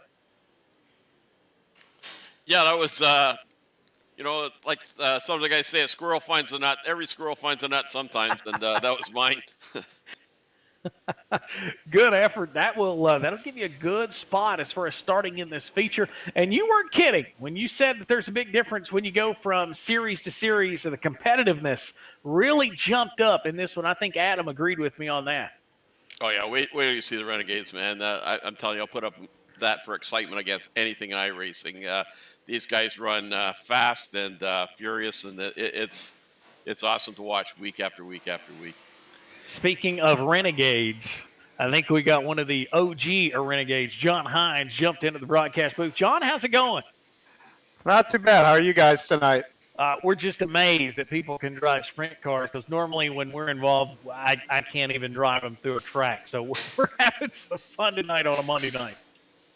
Yeah, the track is definitely racy. I was looking at the lap times from the last time we were here at the beginning of July, and with all the updates iRacing's done, we're running 2/10, 3/10 quicker than what we were just a few months ago. So these things are hooked up tonight. Yeah, and Adam kind of made that comment. The track looks like, from night and day compared to where we were just a little bit earlier. This thing is starting to get fast, and if it's anything like the heat races, I think Adam will agree. This thing's racy. I do agree it's racy, and kind of for people who've raced this track more than I have, I want to know, is this good if you're starting in the back? Because we talked about it a little bit earlier. I don't think there's a bad spot to start from on this track, and I think that's rare with all tracks. Yeah, this track you have options, especially as the night wears on here. You'll see guys run the bottom. You can actually maybe get the middle to work if your setup will allow it, or you can run the top. So, while yes, it's an advantage to start up front because obviously you got less things going on in front of you, but you're not necessarily suffering a big penalty if you're starting in the back. You can make your way through the field like our 2-point leaders are going to have to do. Yeah, and I mentioned that right off the bat. Nicholas Vickery and Kevin Fry, they're going to have a decent amount of traffic to work through. And talk about that from being in the driver's seat in one of these sprint cars. I know Roger's out there now getting some testing going on, preparing for this final race. But, remind the fans watching at home, there's no mirrors, no spotters. It's all about feel in these 360 sprints. Yeah, feel and awareness is really the two things that are just paramount because things happen so fast with these cars. You can go in and think you're clear to move up, and somebody can have a run with the amount of power and downforce. All of a sudden, they can make up 2 car lengths in a blink of an eye. Well, we appreciate you chatting with us, John, and maybe we'll catch you before we jump into the Renegade event, as it is time to set the starting lineup for tonight's feature here from Volusia Speedway Park. On the front row in the 31 of the Icon Sim Sports, 31 is Brandon Templeton. His outside, it'll be the number 78 of Jack Clevenger. Row number 2, the Coast to Coast Sim Racing 747. I like that. Roger Craig in the 4th spot. Into the 211, it'll be Jamie McCarran. Row number 3, it'll be the 83 of Brandon Dittmer. In the 6th spot, it'll be 414. That is Brandon Lacey. Row number 4, in the 116, it'll be Richard Holland. Row number 4 to the outside in the 8th starting spot, the Steve Goldenier Racing 97. That'll be Kyle Goldner. In the 9th spot, out of Texas, the 21, currently 2nd in the 360 sprint points, it is Kevin Fry. To his outside, it'll be the 62 of Roy Collins. In the 11th starting spot, the Spartan Racing 00, the current points leader coming into the final race of the season, it'll be Nicholas Vickery. And to his outside, the ADRA Esports 127 of Jesse Atkinson. Starting in the 13th spot, the 22 of Joe Halter, the 14th spot, the 181 of Jeffrey Kemper, and the 126 of Corey Kussler, and Mike Cranmer in the 70 will round out the 16-car field. Adam, 16 cars, most cars we've had on the racetrack tonight. It's go time from Volusia. Most cars we've had on the track all night. I'm pretty sure that means more chaos than ever. But these guys, they're not looking for chaos. That's the difference. There's going to be chaos because we have great racing meeting great racing. Yeah, hope right now is just to get through turns 1 and 2 and get a really good start. Clevenger and Templeton, they've both been fast. They've taken advantage of their heat races. Roger Craig on the inside of row number 2. We'll keep our eye on him. And to the outside, it'll be Jamie McCarran as the iRacing Silverado will take the left-hand turn. Green flag is in the hand of the starter, and we are racing from Volusia Speedway Park. 2 by 2 by 2 at full speed. They dive off into turns 1 and 2. Battle for the 3rd spot. Man, that outside row ganged up on Roger Craig. He dropped all the way back to 6th and 1 and 2, but the cushion, Adam, seems to be the place to be. Yes, and I think dropping back was the wise thing to do because as we saw in the heat races, you could do the wrong thing and ruin everyone's night. Man, oh man, they have gotten single file for the top 7, trying to sort things out. Lacey, McCarran, that's 3rd and 4th. They were bumping What little bit of bumper is there on these sprint cars? Roger Craig, he's back there in the 6th spot. Right now, battle for the lead has sorted out as 3rd place. Here comes Brennan Lacey. He'll make the slight job on Jamie McCarron. That's for the 3rd spot. Yeah, beautiful move right there. A clean move, and as the track starts to get a little wiggly, as these guys start to warm up, I don't know if all moves are going to be that clean.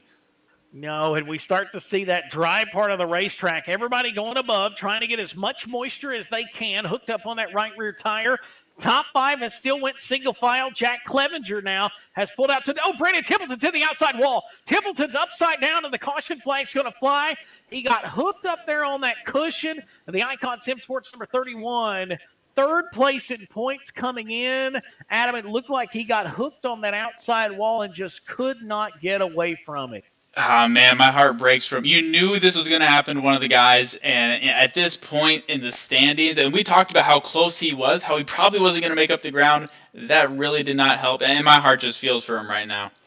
No, you could see him go into turn 3, and he was doing exactly what we saw in the previous race, trying to get that extra amount of grip, because with these sprint cars, especially these wing sprint cars, John can kind of vouch for this. If you can get that right rear hooked up in that cushion, that's just kind of like, it's kind of an extra turbo boost, so to speak. Yeah, you just launch off the corners if you can keep your right sides in that darker, because you see the transition where the slick and then you got the really light dirt and then that dark dirt. If you can get up there, that's kind of where eagles dare to fly. If you can get up there and make that work, you will pick up significant amount of time, and it allows you to use the power that these cars have. You know, it allows you to stretch the car's legs, so to speak. Yeah, most definitely. And Adam, you notice something in this compared to the last feature. Everybody in this feature has decided they're just going to go straight to the top. Nobody's really working that bottom line. We saw that happen in that last feature. We saw some folks kind of using the inside racing groove. Nobody really wanted a part of the inside of the racetrack that last time around.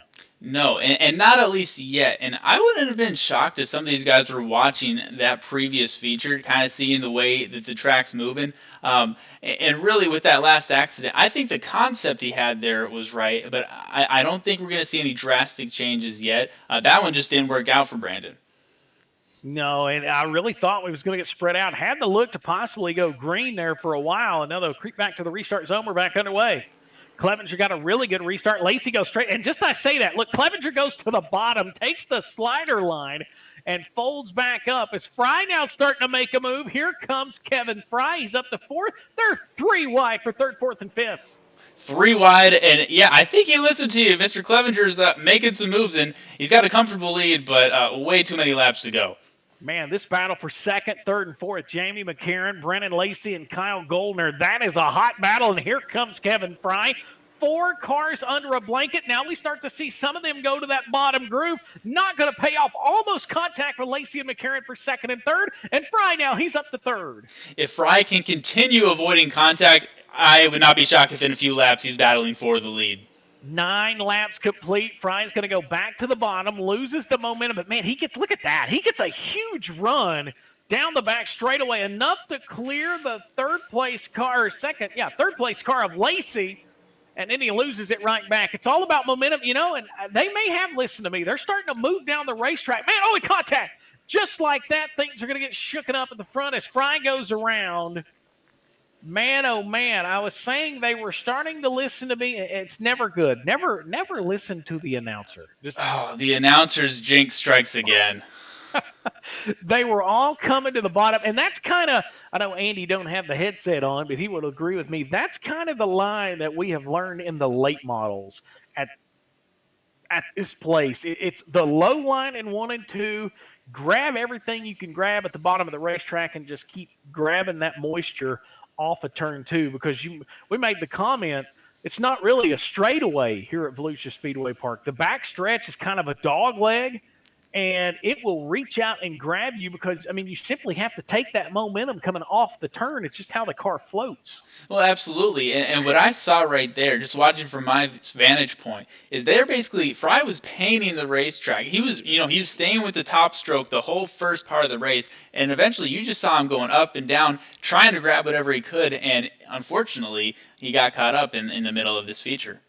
I'll tell you what, a guy to keep an eye on has been really quiet, and that's Kyle Goldner. He's sitting there in that third spot in that 97 machine. We mentioned his name a couple of times, but didn't talk about him really any during the heat races, and that SGR number 97 machine looks really good. Got Valvoline floating there on the front spot of that race car. Nos Energy drinks on that SG. I believe it's an SGR. I might have been looking at that wrong. It might be SGA. It's SGA. No, it's R. But what we are positive is he's 20th in the standings, and I don't think he wants the attention right now. He's loving this fly under the radar concept, and so far it's working out for him. Well, and as Roger mentioned, it's all about keeping your nose clean and slowly working your way up to compare to what we're going to see coming up in feature number 3 in just a little bit. But the iRacing Pace truck, I do believe the lights are out on the truck. Going to make the left-hand turn. We're going to go back green, 10 in of the 25 that make up the feature. Clevenger back on the gas. Man, he got another rocket ship jump going into turns 1 and 2. Everybody's going to float to the middle of the cushion. And here comes Goldner. He's going to make the bottom work side by side with McCarron going into 3 and 4. I mean, seriously, if you're Jack Clevenger, how do you get a better start? And then if you're McCarron and Goldner, how do you get a better makeup on time? Oh, and the caution flag is coming out once again. And they're telling me in my ear this might have to do with the current points leader. Watching and see. Oh, man. We'll go back and watch that possibly. Wow. Yeah, I don't know what exactly might have happened, but I was watching Vickery.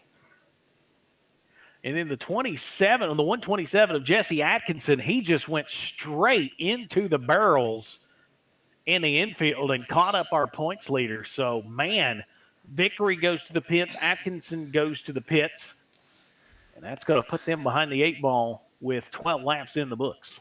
I think quietly that might be the biggest caution of the night. We may have some closer to the end, but that really kind of shook up momentum for the leaders and, of course, really hurt a lot of contenders. Yeah, that definitely shakes things up as far as 6th, 7th, and 8th goes. But the top 5, and somebody is in the infield. I'm trying to look at that. Somebody is in the infield actually. Never mind. I think they got it sorted out. Looked like Vickery's car was stuck on its side. I saw that too, yeah. Yeah, I thought that's what I thought I seen. I was hearing a car rumbling, but I didn't see nobody getting a lap back. So the lights are still on the iRacing Pace truck. And, of course, John's in here. John's more familiar with the Coast to Coast. Is there any wave arounds? What's kind of the rules with 360 sprints on Monday, John? Yeah, no wave arounds, and that's probably why Nick was trying to get his car upright so he didn't lose a lap. You know, if you go in there to take a tow, you lose a lap, you don't get that lap back. So that's why he was fighting so bad, and you heard him in your ear revving. So no wave arounds or anything like that. You've got what you got. We don't clear black flags either. Oh, man, so that's really going to put the points leader behind the 8 ball as we see these laps slowly start to dwindle down here in our second feature of the night. Once again, we thank you all for joining us here. It is the Coast to Coast Racing League presented by Cool Ray. It is the Rebel 360 Sprints here on the Monday Night Madness. We are trying to crown a Rebel winner here at Volusia, and another good restart by Clevenger going into 1 and 2. I mean, this is just becoming the norm for him, right, on these restarts? Most definitely. And look here, Roger Craig up to that 5th spot, fighting for a top 5 in the Coast to Coast Stem Racing team. He is working the bottom to his outside right now. That is Brandon Dittmer. Dittmer way up on the outside cushion. And Craig working the bottom of the racetrack. And it did not take him long to come back to the bottom. I was curious, what was the big difference from our first feature to this feature? And with 10 laps to go, we're slowly seeing the middle to the bottom of this racetrack become a factor in the cautions out. Man, it feels like right when the leaders are getting momentum, we get something like this that pops up, and it's keeping the middle of the pack in it. Oh, and I do believe Roger Craig might have been caught up in that. Looked like there was a little bit of contact down there in turns 1 and 2. I was looking to see who that contact was with. I thought maybe it was Brandon Lacey. Looked like Lacey went to dive to the bottom side of the racetrack and just kind of caught the right front of Roger Craig. So, unfortunately, that's not going to help Craig out. That'll slide him back to that 13th spot after the top 5. And the old announcer curse again. It continues. We're seeing a good rotation, though. You know, you get the middle of the pack of the guys in the front. they'll get knocked to the back, but there's still so much time, so many laps left in this feature that it still is anybody's race, I truly believe. Yeah, and I don't think we've seen everything that the top three have. I don't think McCarron has showed his full hand. Goldner really hasn't, I would say, went off script to try a drastic move here. So we'll see. It'd be interesting to see if Lacey got any damage off of that with the contact with Roger Craig. So we'll see how that unfolds. Top five looks like this: Jack Clevenger, Kyle Goldner, Jamie McCarron, Brennan Lacey, and Brandon Dittmer. That is your top five, as we do have, I believe, 15 laps in the books. And I like, when you brought up Goldner earlier, I think he was in the third spot. Now I see him second. I'm liking what I'm seeing out of this kid right now. And Goldner was the first one to really try and make that bottom work. He took that 97 to the bottom, and it looked like it kind of inspired some people. But the high side right now still seems to be the line to be in if you're brave enough to get up there. We'll see if Clevenger will keep that 78 up there, and we'll see if he can hang on to it. Right now, single file line up against the high side of turns 3 and 4. The iRacing pace truck, left-hand turn onto pit road. We're back underway. Better restart from Goldner that time. Only about a 3-car difference. He goes to the bottom. They're side by side in 1 and 2.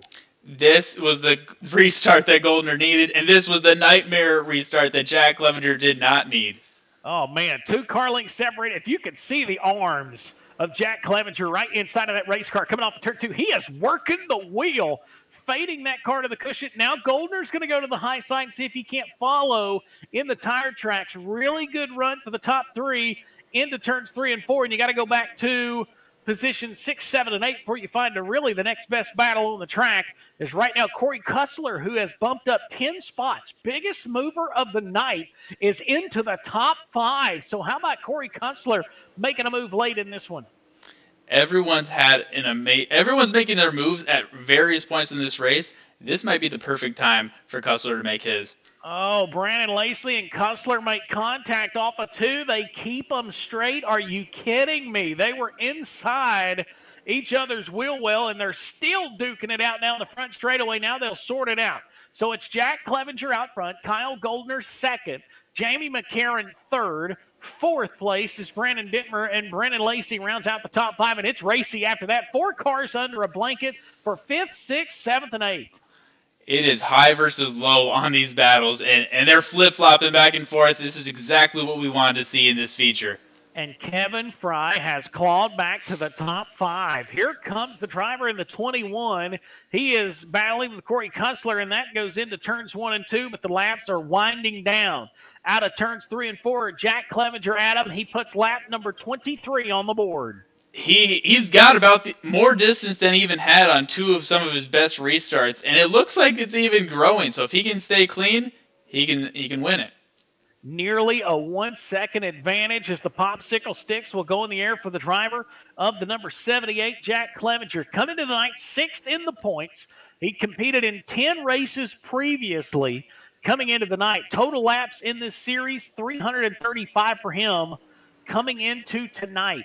So a really good night for him in that 78. One final time around. Goldner gave it a shot in 3 and 4, but I don't think it's going to be enough. Down the back straightaway into turns 3 and 4. Feature winner in the Rebel 360 Sprint Cars. It is Jack Clevenger at Volusia. Wow. I'm standing in my room applauding. That was a show. He put it on, and these other guys, they quite literally don't know Jack. I'm telling you, Goldner and McCarron, I really felt like, you mentioned it, that last restart, that was the best restart for Goldner, and Clevenger just simply ran away from him. And there's nothing that Goldner did wrong. What a race from him. The way he worked his way up and stayed clean, stayed out of the incidents, I'm impressed with really the top 5. Kevin Fry, I really thought he was going to bring home the top 3, but there's nothing to be disappointed about for him. Top 10 looks like this: Jack Clevenger, Kyle Goldner, Jamie McCarron, Brandon Dittmer. Kevin Fry rounds out your top 5. Corey Kussler, 10 spots he picked up in the feature. He'll go 6th. Brandon Lacey 7th. Rory Collins will be 8th. Brandon Tibbleton 9th. And Roger Craig rallies back to finish in the 10th spot. We'll get our top 3 into the waiting room in just moments. John, what do you think? I feel like this track, I thought we were going to see a racetrack that was pretty much cushion dominant because that's where this entire night had been here in feature race number 2. But everything came down as the night went on. Yeah, as far when that cushion starts to push up, and all of a sudden you're going to have to work against that wall, it's really, really tough. Still a good race. It's tough to keep it off the wall, and that's when guys go searching for different areas to run, and then the next thing you know, you find something. What a great race that was! 3 wide battling all the way through the pack there, and that's what it's about. I mean, that's Monday night, and hopefully we'll take it up a step here, another notch here in the Renegades. Yeah, that's exciting. We'll get that coming up. Right now, our top 3, Jamie McCarran going to round out the top 3. Man, an up and down night, but finally found yourself coming back to the podium. Pretty good way to put an exclamation point on the 2021 season, at least a little bit of momentum. Yeah, not too bad, mate. I wish I had done a few more races. I sort of hit and miss this year, but always good fun running coast to coast with you guys broadcasting and stuff. It's really enjoy it. Well, Jamie, man, the best of luck to you going into the break. And as we line up to get ready for another season of sprint cars, we hope we see you more on the racetrack. I definitely will next season, mate. No, thank you for that. And, enjoy your time off, fellas. Jamie McCarran, our third place finisher, will jump into the second spot, and that will be Kyle Goldner. Kyle really kind of shook things up on that next to last restart. Kyle, kind of talk about you quietly managed this night here at Volusia. Didn't get to talk about you a lot in the heat race, but man, oh man, in the feature, you just would not go away. That last restart had a really good restart on Clevenger. What kind of separated you two in the stretch there in the finale of that race? I think I just missed the setup a little bit. We just didn't have the speed to keep up with him. He just kept pulling. And Kyle, really, up and down. I think a second place finish is amazing. I'm looking at kind of the standing and where you stand right now. Was there a point in the race when you thought you might overtake and get that and really take over this race, or did you know kind of from the middle of the race that it was going to be kind of hard to overcome him? I thought I had a good shot going into that last restart there. I honestly just didn't have enough. I thought I was going to be able to get him, but I couldn't get to him. Well, I made the comment that you were one of the first drivers to go to the bottom of the racetrack. Through the heats, through qualifying, through hot laps, we saw everybody work the cushion. What kind of made you go to the bottom so quick in that feature? I kind of like the bottom, in all honesty. Every once in a while, I do like the top, but I do enjoy driving the bottom. I grew up an asphalt kid after I drove dirt for a few years, and I always liked that bottom. Well, Kyle, man, congratulations on a second place finish. A good way to put an exclamation point on the season. Hopefully we'll see you down the road. Thanks a lot. Take care. All right, to the top spot, there was no doubt about it. Adam, I think you'll agree. Once this guy got out front, he just simply left, and including that last restart. Jack Clevenger, man, congratulations. 6th place in the points coming in. Your 11th start of the season. A good way to put an exclamation point on this season. Yeah, absolutely. It's nice to get the win to end the season and get through it with no incidents. It's been kind of a rough year. Find myself starting mid-pack a lot, and just a lot of beating and banging goes on back there. So it's nice to get out front and see if we can just get away from everybody. And Jack, on these restarts, specifically 2 of them where you just really took off, did you feel that your restarts were different than the competition? Because to us, it looked like you were much faster. Did it feel that way on the track? Because you made it look easy. I didn't really realize I was getting that good of a restart. Normally I was kind of waiting for the sliders to come, so I just kind of timing the truck and trying to make it different every time, but there's a slight window here. The green comes out real early, so just trying to keep them on their toes, and apparently it was working. Well, we know running these sprint cars, it's all about feel and it's about sound. Could you hear Kyle go into the bottom of the racetrack towards the end of the race? I really couldn't. I think I was kind of tunnel vision. Like, I was waiting to see a nose. I was going to do what I was doing until I saw a nose, and if I needed to change something then I was gonna, and I think I was just focused. I mean, I could hear him after the restarts there going into 1, but after that it was just kind of go. Well, man, congratulations. Good way for you to put an exclamation point on the 2021 season, and hopefully we'll be chatting with you again soon. Absolutely, guys. I appreciate the broadcast, and thanks to Roger and all the guys at Coast to Coast for putting on the league. We enjoy it. Most definitely. Jack Clevenger, the winner tonight here in our feature number 2. Clevenger will pick up the win of the Rebels 360 Sprints of the Cool-Ray Coast2Coast Racing League Monday Night Madness. We're going to take a break. We're going to rack them and stack them, and I'm hearing the Renegades are up next. So the exclamation point on this Monday night is on the way. Can't wait for that.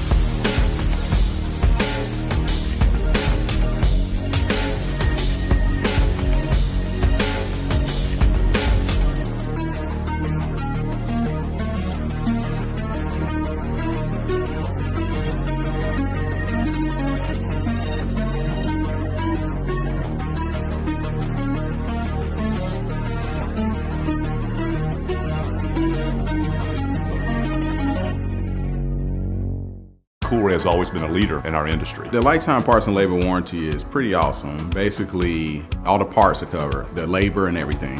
When we say lifetime, we mean lifetime, and it's supported with money-back guarantees. And with that, you're getting all qualified technicians that are going to ensure that this job is done perfectly and operates perfectly throughout the life of the unit. Learn more about our Cool-Ray lifetime parts and labor warranty at coolray.com. Cool-Ray and Carrier. Turn to the experts.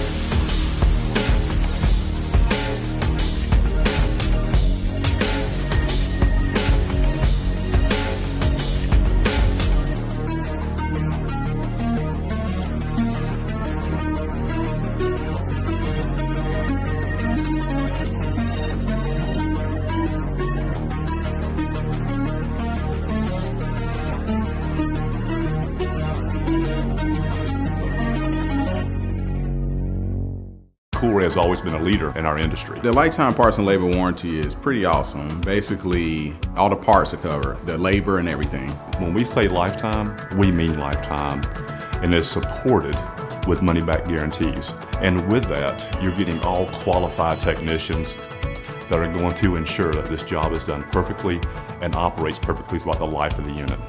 Learn more about our Cool Ray lifetime parts and labor warranty at coolray.com. Cool Ray and Carrier. Turn to the experts.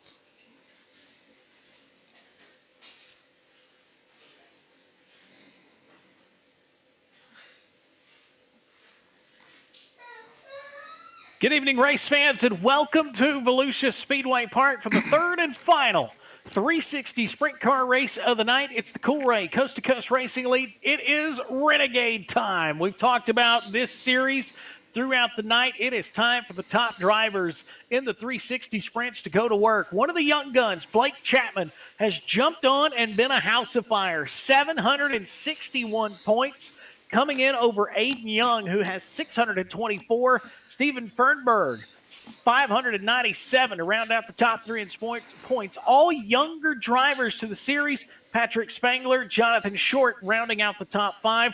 Andy Piercefield back in the booth with me. Andy, I know this is what everybody has talked about. Roger has talked about. John's talked about. It is time to light the fire on what could be a very exciting finale. It's Renegade time at Volusia.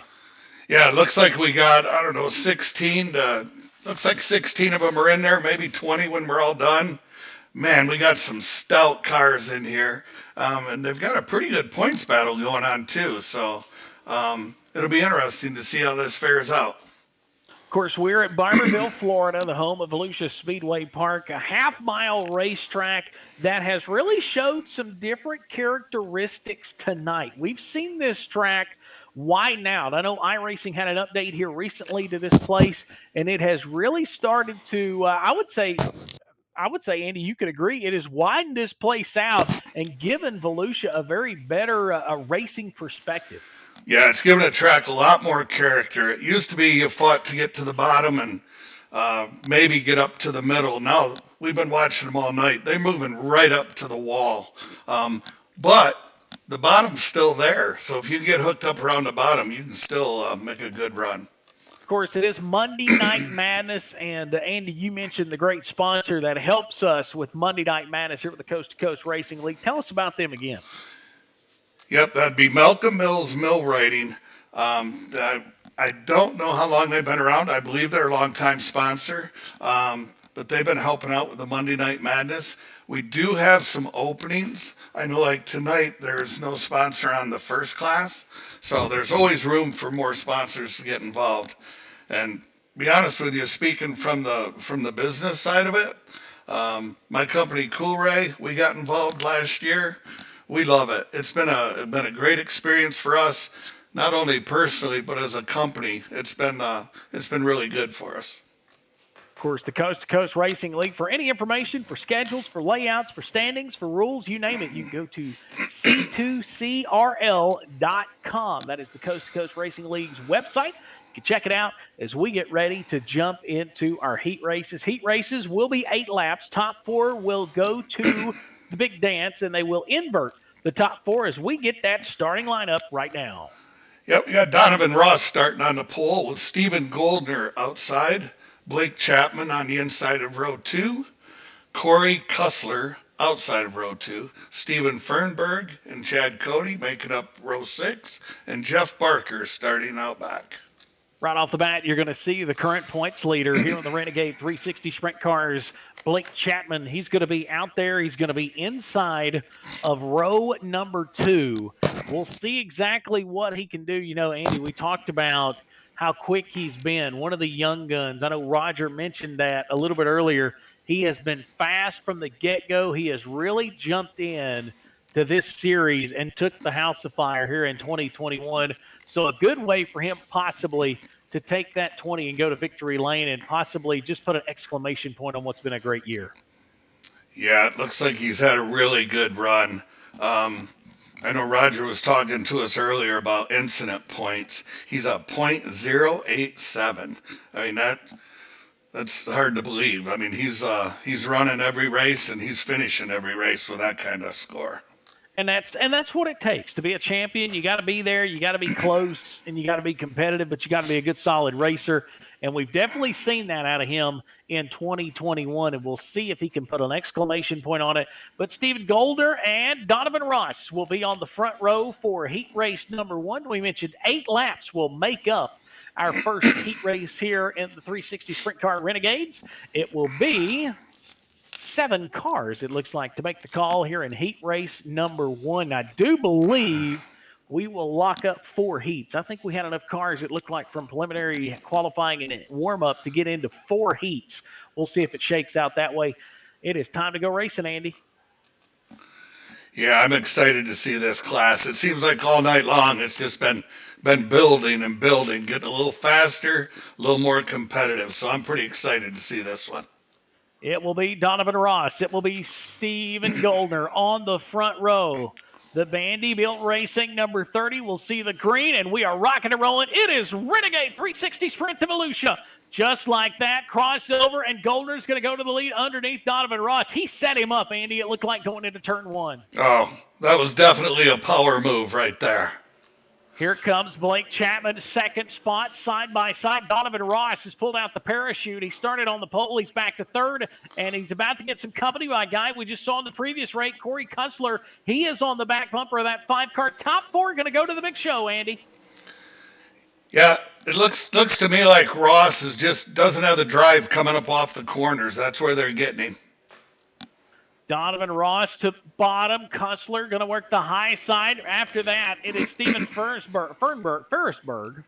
I'll get it right. Chad Coate and Jeff Barker rounding out the field. Right now out front, Stephen Goldner showing the way. Aggressive move on the opening lap. Give him the lead, and he has not looked back. A little bit of pressure now for third and fourth as Kussler's got around Donovan Ross. And here comes Stephen Fernberg. He is on the outside looking in of a transfer spot. He tries to get to Donovan Ross's back bumper as we have 6 laps in the books.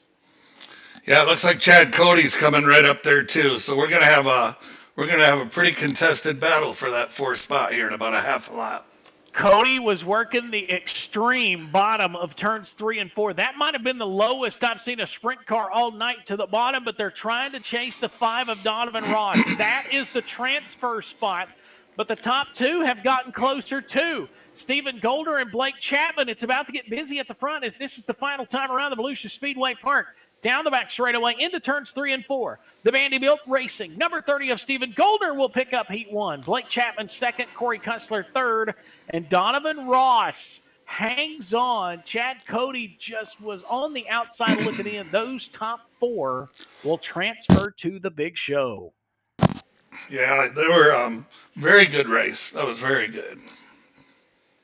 So heat race number 2, 8 laps as well. Randy Shreves in the 56 in the LGR Motorsports entry. It'll be the Gambler Motorsports 71 of John Hind, his outside in row 1. It'll be the Plains 414 of Brennan Lacey inside of row number 2. The Vanderpool Racing 051 of Patrick Spangler outside of row 2 in the 4th spot. It'll be Terry Landis out of the state of California in the 61 inside of row 3. To his outside, Benjamin Kelch in the 16 of the Kelch Racing 16 entry. And Stephen Goldner Racing 36 of Barry Goldner will round out heat race number 2. Hey, before we get the green here, Cody, I'm going to throw it out on the track. We got an in-car out there with John Hind. Maybe we get a little feel for what he thinks he's got ahead of him. I'm telling you, the track's a little slicker than what it was qualifying. I'm surrounded by a bunch of really fast guys with Shreves and Brennan Lacey and Patrick Spangler behind me. This is just still looks like it's going to be a hammer down track. So the big thing is keep your car as straight as you can, and try anytime you scrub any speed when the track is like this. With these guys, it's just going to kill you. They're going to keep their momentum and drive right by you.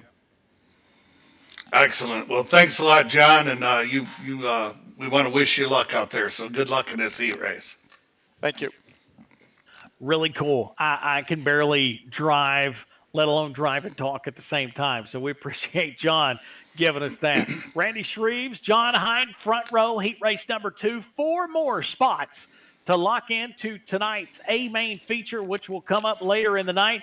It will be a 30-lap main event, but let's set the next 4 lock-ins, and we'll do that right now out of turns 3 and 4 as we get ready for the green flag here in heat race number 2. Hind got a really good restart, Andy. Man, he got to the cushion in a hurry. Door to door out of turn number 2, and the top 4 are under a blanket down the back straightaway. Yeah, he got an excellent start, and he's rolling it through the corners really well. Man, Patrick Spangler is on the bottom, Andy, and he's making the bottom work. Look at this battle for first through fourth. They're side by side. It's parade lap at full speed. Yeah, them front 4 guys, I don't think there's a speed difference in them. It's just where they happen to be on the track. They are 3 wide for the second spot. Are you kidding me? Off of turn 2 to the outside. Here comes Randy Shreves.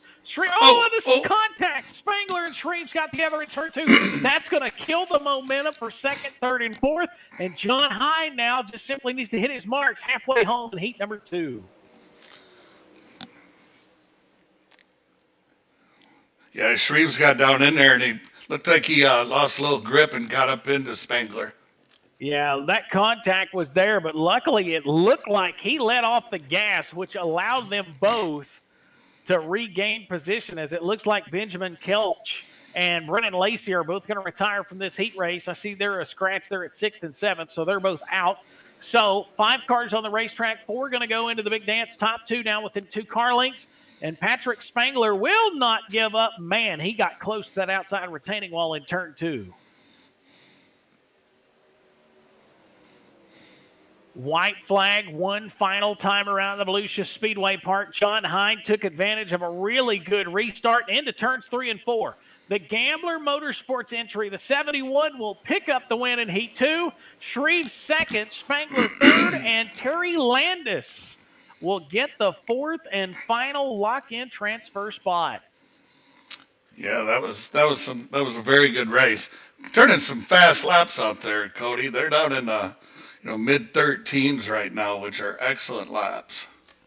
Well, and it's interesting because I think that was the first time all night we've seen the bottom be pretty competitive with that cushion, as we'll go to the starting lineup here for heat race number 3, Andy.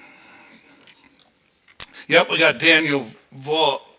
I believe it's Daniel Vaught. I apologize, Daniel. Starting on a pole with Aiden Young, John Short, and Kevin Fry, row 2. Steven Spees and Roger Craig in row 3, and Joe Halder in the back. Joe's Joe's one of the Icon drivers out of California. I don't see his car out there. He may be admitting tonight.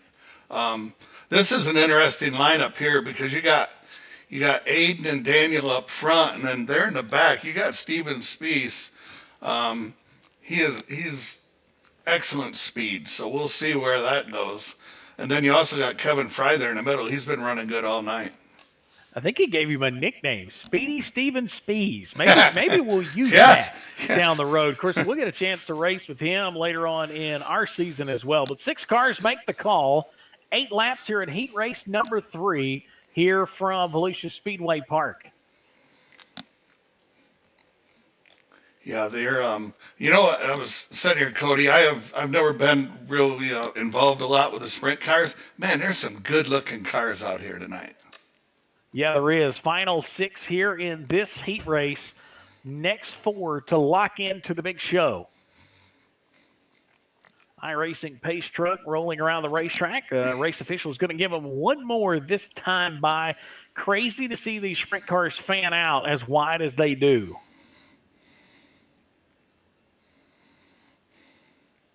Once again, we thank the folks watching Coast to Coast Racing League, presented by Cool Ray here on a Monday night. It's the Monday Night Madness 360 Sprints, final week of the 2021 season for these 360 Sprints, but there is plenty of racing still to be had. We'll talk about that a little bit later on in the warm-up before our feature tonight, as Andy will stack them up 2 by 2, rolling into turns 3 and 4.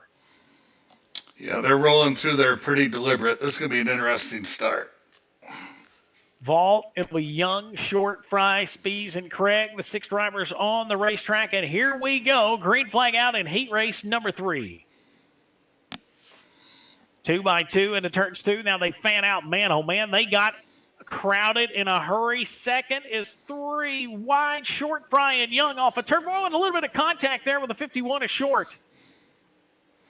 Man, it sure didn't make much contact, and Roger Craig and Steven Spieth both caught right up to the group really quick. Yeah, it didn't take long for all 6 drivers to be right in the thick. And man, oh man, the transfer spot right now is Aiden Young, and he doesn't have a lot of real estate to work with coming to the halfway point this time. It'll be Fought, it'll be Short, Fry, and Young. That's the top 4. Just outside is Craig and Spies.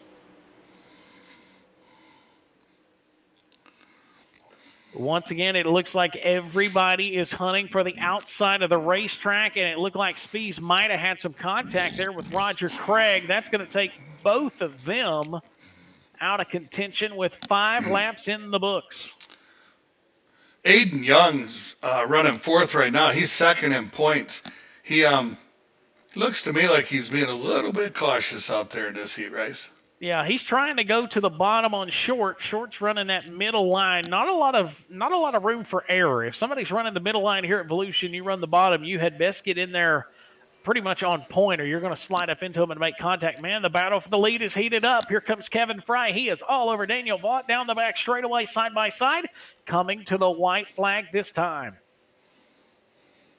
Oh, in trouble, and it looked like Vaught might have wheel hopped on Fry's number 21, and that's going to allow Roger Craig to get something has broke in the 180.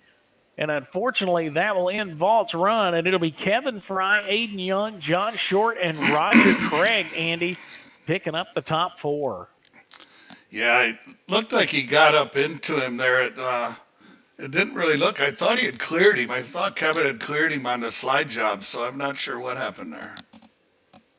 So that will put a wrap on heat race number 3, and that will leave us with one final heat race number 4, and we'll get that starting lineup right now on the front row. We got GJ Bodell in 014. We got Lane Snook in the 123. Rory Collins starting 3rd in 62. We got Bob DeGood in the 7. Preston Cranmer in the 07, and we got Nathan Aldrich in the 514. So we'll start 6 cars here in the 4th and final heat. Yeah, 6 cars to close out our heat racing portion of this final event of the 2021 season here at Volusia. You got to look at that second row. Roy Collins, of course, they do the invert here in the heats, and that's what Roger was talking about. They invert the top 4. That makes it interesting because that at least gives the top qualifiers an opportunity to see what their cars will do in a little bit of traffic. Yeah, and you know what? It seems to make for some pretty good racing. I've ran quite a few of the league races, and the invert kind of evens the playing field up for a lot of guys. So we will see how even the playing field will be, as it'll be Boydell and Snook on the front row. We talked about Lane Snook being one of the young guys. I think Roger said that he's 14 years old. I mean, to be up here competing at this level, and I say this level being the Renegade group or being the Rebel group, I mean, that says enough. Or the Renegade group. Yeah, I had it. Everything starts with an R. So being in the Renegades and being that young, that's pretty high praises, right? Yeah, it definitely is. I definitely don't fit in the young gun group, so I have a lot of respect for them. I know over in our pro late model group there, we got Tater Williams at 16 years old, and what a great young man to race with. So. Very true. Green flag out at our fourth and final heat race. Good restart for Lane Snook. He'll show the advantage by about a car length. No, never mind. Boydell's going to have the advantage off of two. Snook went right back by. Man, they crossed over twice in 2 turns. High side up against the outside wall is Nathan Aldrich. Unfortunately, that may push the New York driver up and out of the way.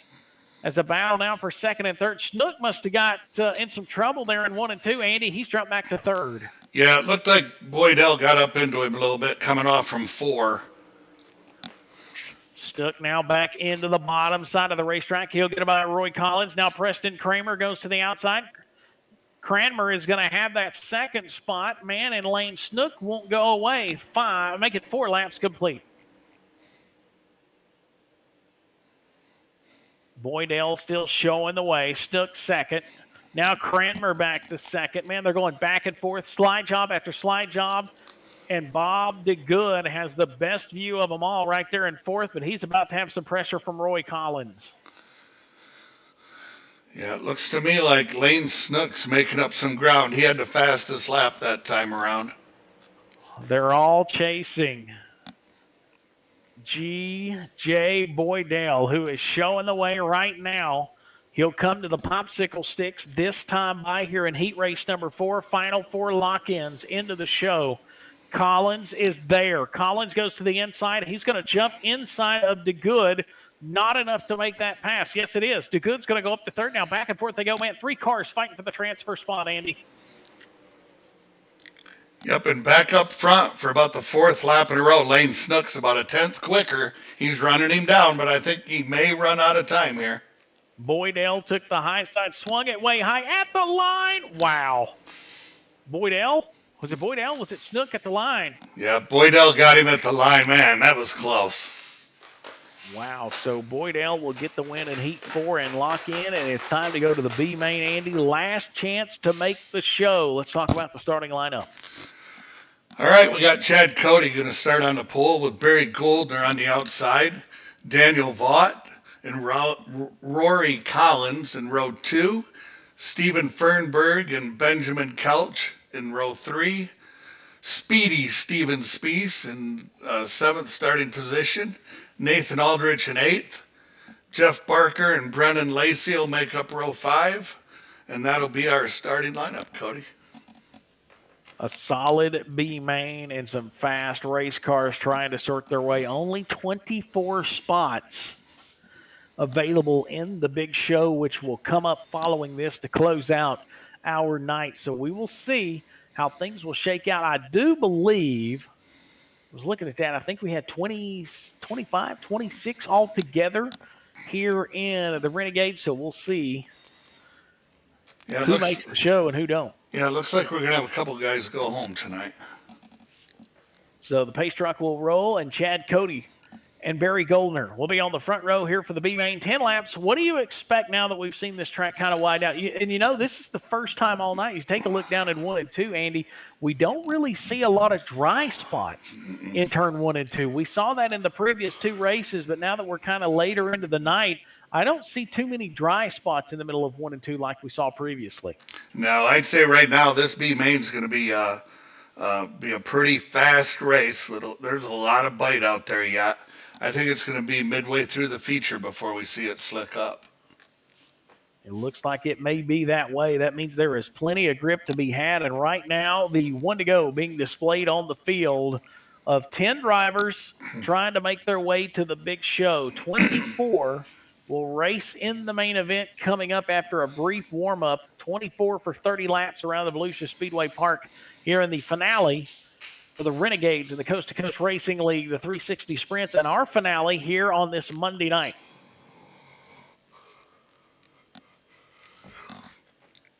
Cody and Goldner, Vaught and Collins, that's the top four. Yeah, this first lap's going to be interesting. They're going to go crash it. Now, going down into one, hopefully not crashing, but they're going to be going in there hard.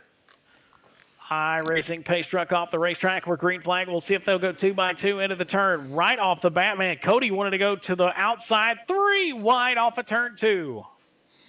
Oh, man, and Cody goes around, and so does Nathan Aldridge. And, man, that's going to shape it up because a bunch of drivers are upside down in turns 3 and 4. No caution, and they'll be removed from the racetrack. So that will take out Steven Spees, Nathan Aldrich, and Daniel Vaught right off the bat. Tough break for Vaught, who had a quick race car.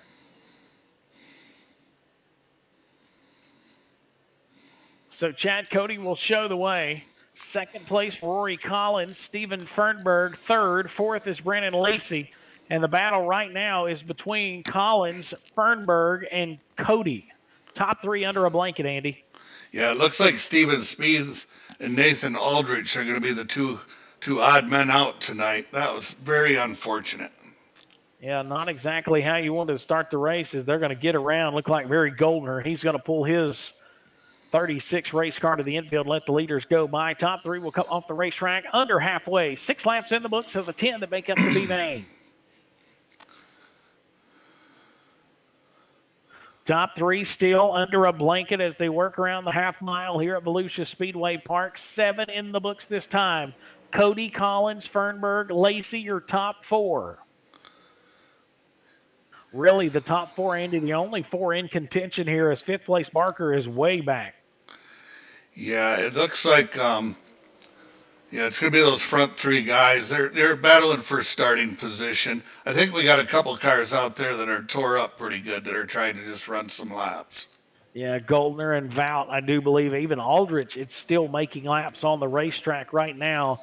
Popsicle sticks in the air that last time by. Top 4 under a blanket. Cody, Fernberg, Collins, your top 3. And here comes Lacey into the mix in a battle for the lead. Fernberg goes to the bottom off of turn 4. White flag in the air. Fernberg got a really good run. He will actually slide job in front of Cody. They'll be side by side down the back straightaway. Who's going to take the B main? To the high side, Fernberg. To the bottom, Cody. Momentum, is it enough? No, Cody got him at the line, but man, oh man, Andy, that was close. Yes, that was. Very good finish. I don't mean to sound like a Debbie Downer, but man, that was kind of disappointing. I thought we were going to have a really good 6-car, 7-car battle there. Yeah, I hated that those race cars got tore up down there in turns 3 and 4, but Cody, Fernberg will advance. They will bump up into the big show, and that will set the stage for tonight's main event. We're going to jump back with Roger Craig while we got a minute here during this warm-up. Roger, Coast to Coast Racing League. I know the year of 2021 is winding down. What is still out there for racers and folks that want to get involved with the Coast to Coast Racing League? Well, tonight is our last night, actually, of championship week. So this is a fun week, week 13. We have some qualifiers for a Hawkeye Challenge we're doing. And then it's a brief break, and we're back at it next Monday night with Monday Night Madness. And, all the action starts again. So, it's a fun group, a fun league. And we got some exciting things happening, too, Cody. On Wednesday nights, we have Lowell Jewell, a virtual grip network coming on board, and you've experienced them in your league.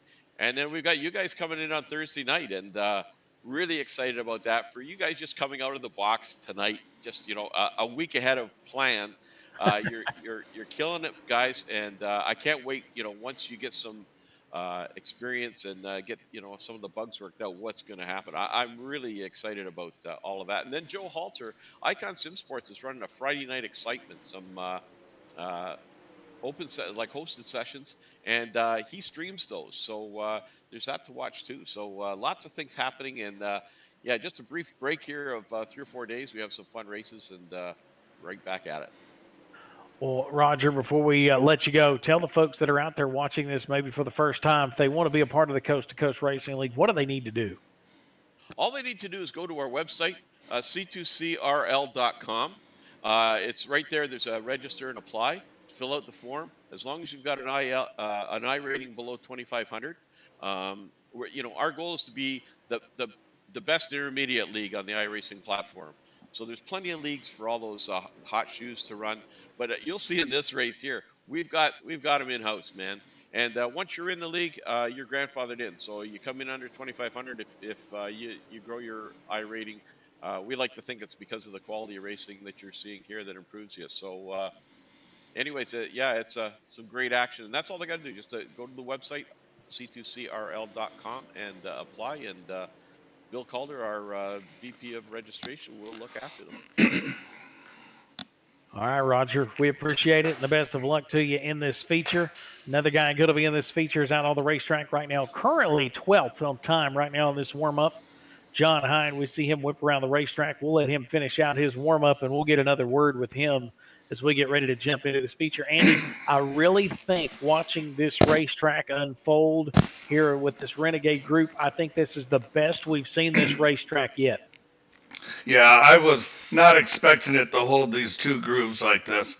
I'm really looking for some really big slide jobs in this feature. It looks like you can really get a run at the guys.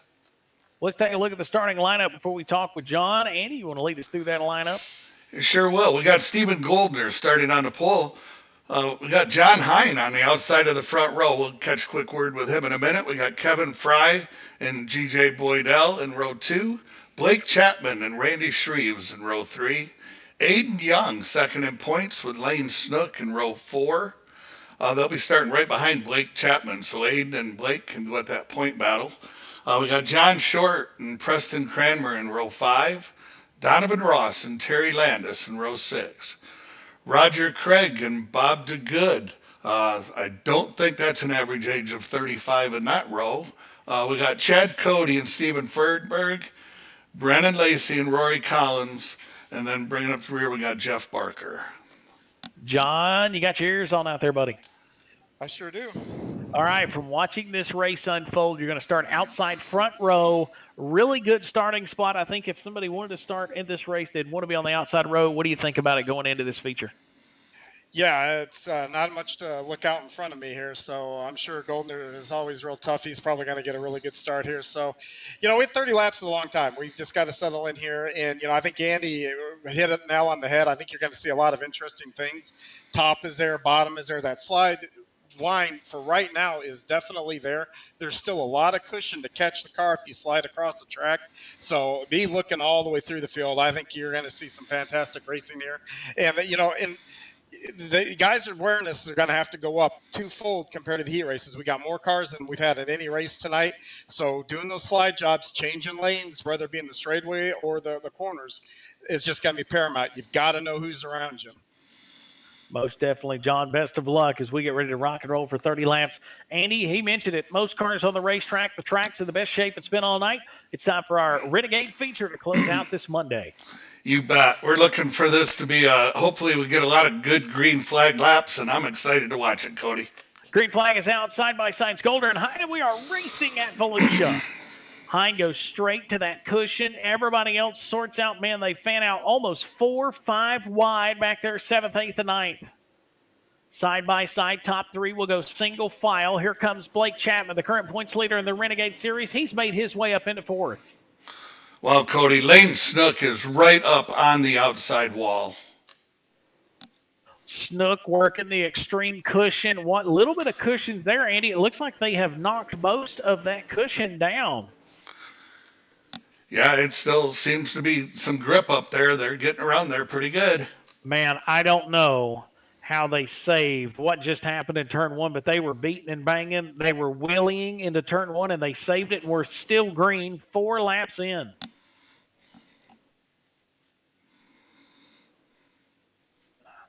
And they are using every piece of real estate around this half mile. Andy, they are in every single groove you could imagine all around this racetrack. Yeah, there's 5 different lines going down into one. It's still Stephen Goldner out front, Kevin Fry second, John Hine third, Blake Chapman fourth, Patrick Spangler, your top 5. 6 laps in the books. They'll roll down into 1 and 2. Again, it is still Goldner, but he's about to get some company. Andy, here comes Kevin Fry.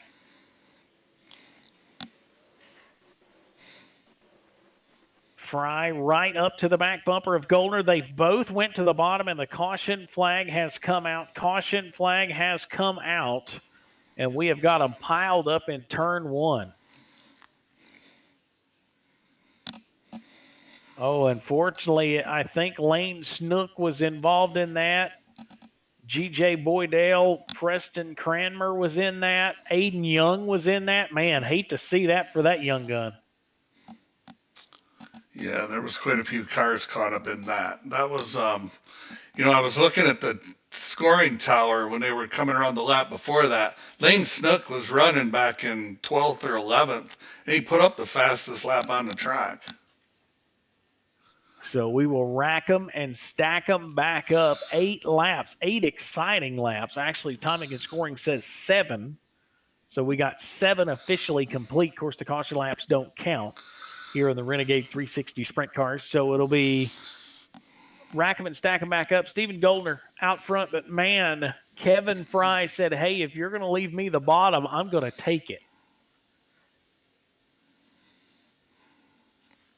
Tell you what, we don't usually shout out to the fans, but there's a pretty good group of fans hanging out over there in turn 2. That grandstand, Andy, is packed tonight. Look like some Rowdy fans over there waving their arms, excited about this 360 finale here tonight.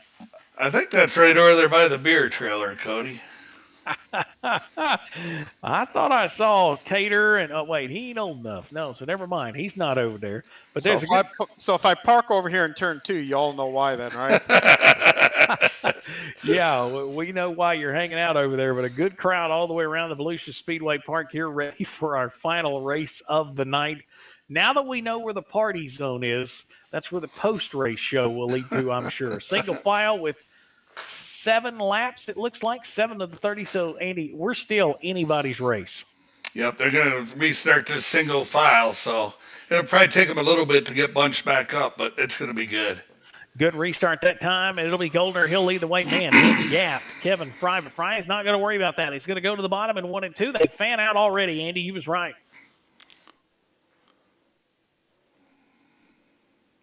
You can see, I love seeing in that opening on the left-hand side, you can see them working the wheel. They say these cars, you have to finesse these cars around the racetrack. Those left and right front tires are doing so much work, and you don't really know about it until you see their arms. Yeah, I've drove these a couple times, Cody, and it is so much different than the way we have to kind of strong arm those late models. These here, it's, to your point, you got to keep it nice and smooth. A lot of throttle control, a lot of finesse on the wheel, and it's unique to look down and inside of these race cars. Oh, and man, John Hine might have clipped the wall going into turn 1 with that right rear, but he's still hanging in the 3rd spot. Battle now, 3rd, 4th, and 5th. Randy Shreves, he is back in the mix. Blake Chapman is there. Donovan Ross is there. You have to go all the way back through the top 8, and the caution flag has come out again. Caution flag will come out once again.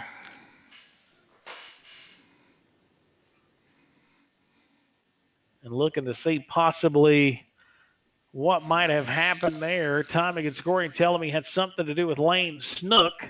Oh, yes, and Lane makes contact on the front straightaway. Trying to see who might have been involved. That may have been the 16 machine. Yes, it was. The 16 of Benjamin Kelch. Looked like he got loose and was spun around there on turn 1 and 2, and nowhere to go for Lane. So not the night Lane wanted, Andy. Nope, not at all. I give a quick shout out. We got Donovan Ross is moving up through the field, and Roger Craig has made up a lot of ground. I'll tell you what, I've been impressed with what Roger's done. He took advantage of that one heat race earlier and simply moved his way through the field. Yeah, he's up to 10th spot. He's running good. Donovan Ross has moved up, looks like, 6 spots to get up to 6. So he's come from 12th to 6th. I don't know. Pretty impressive there.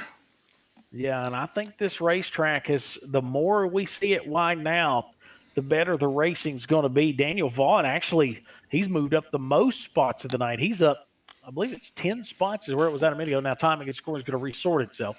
That's the one thing. If you don't look at the timing and scoring right when it's stopped, it'll have you all backwards by the time you're ready to go back to green. So we approach the halfway point. 11 laps officially complete of the 30 that make up the feature. Stephen Goldneer out front, Kevin Fry, John Hine, Randy Shreves, Blake Chapman, your top 5. Top 3, Andy, have been pretty solid and locked in these first 11 laps. Yep, they have. Let's see what we get here for a restart.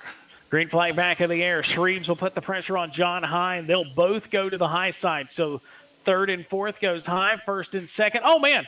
It looked like Goldneer got into the outside wall down the back straightaway, and Kevin Fry could not capitalize because he was loose too. Everybody is going up, and you notice they're kind of staying away from that cushion going into 1 and 2, but they're coming up and fading to it at turn 2. Yeah, and then they get up on it going into 3, and they come away from it coming off from 4. I'm waiting for somebody to get quick around the middle. Yeah, nobody's really wearing out the middle. And, surprisingly, the bottom hasn't really been worn out. I know we talked from a late model experience. That bottom's usually the first line to wear out, but it looks like there's still some grip down there. 14.868 was the last lap ran by Goldner. That is the fastest lap of the event. 14-second range, 17 laps into this deal. Yeah, he just backed it up with another 14. So, yeah, he's pulling away from him a little bit. 18 laps in the books once he gets back to the line this time, and he is running.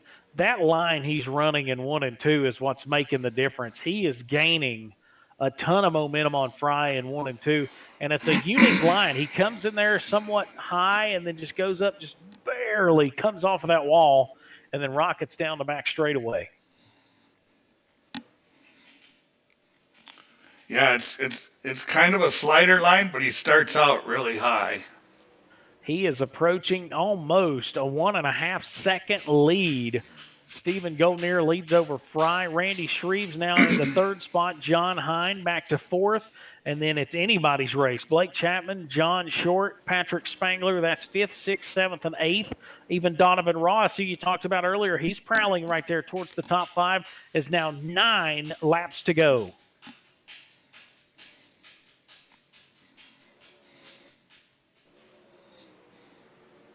Once they got spread out, you really got to see Stephen Goldner flex his muscle a little bit, and you can see Kevin Fry's trying everything, Andy. He's going to the bottom. He's going to the middle, trying to find something. But I'm telling you what, he's allowing John Hine, John Stewart, Blake Chapman, and Patrick Spangler to make a run out of this, and they're all 4. They're still running 2 by 2. Yeah, and John Short just got by John Hine there, and looks like they got John kind of stuck on in a bad lane there. Oh, a little bit of trouble there for Patrick Spangler. He got loose and all the way to the inside concrete wall there in 1 and 2, and he saved it. Out of turn 4 and into the front straightaway. Now make it turns 1 and 2. 25 laps this time by. 5 laps to go, and the yellow flag is out. Man. Caution flag will come out as we look to see timing and scoring, not showing us where that caution flag was.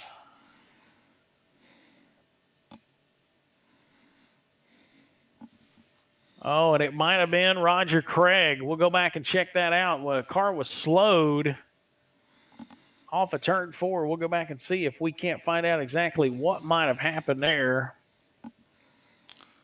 Yeah, it's showing G.J. Bodell and Roger Craig were in that one.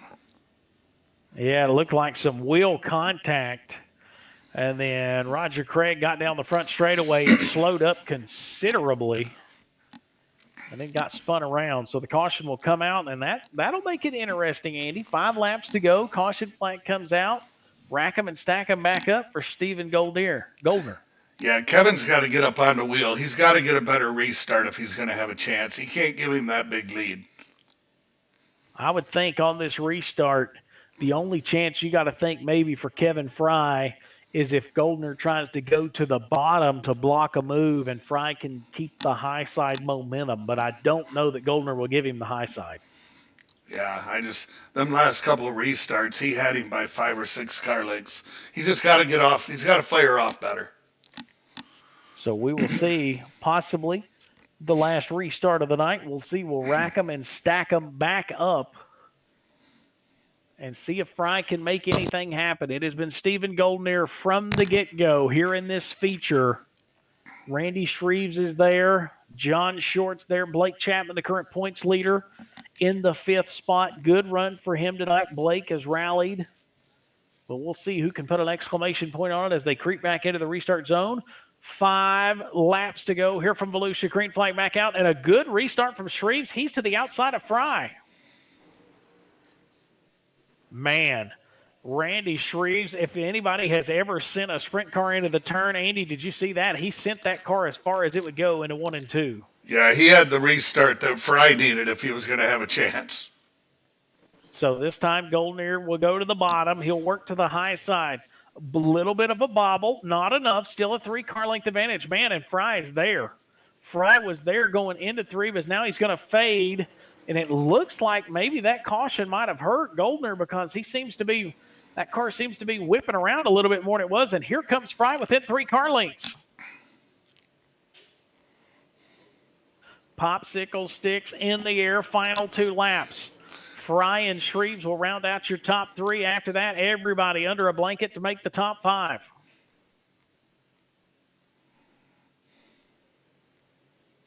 Fry in the 2nd spot. Shreves is there. Blake Chapman, Donovan Ross. That battle is for 5th and 6th. White flag. Final time around on contact.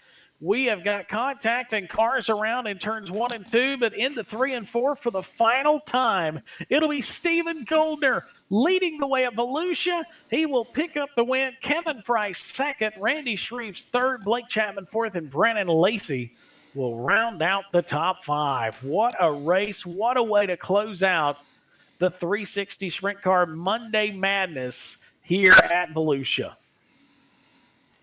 Yeah, the track kind of fooled me there, Cody. It didn't wear in the way I thought it was gonna. I thought we were gonna have a little more race off the bottom to be able to chase those guys up top. Well, and I'm looking at the racetrack, and normally, we deal with the late models more than we do the sprints. There just isn't quite that much dryness in this racetrack, and I was going back to look at that, and the track carried itself over throughout the night, so that really didn't play a factor. And I was looking at the temperature, and the temperature 71 degrees, 64-degree track temp, and it did not dry spot like we normally see. So good hats off to the racetrack crew here at Volusia as we get ready to talk to the top 3, and we'll do that coming up.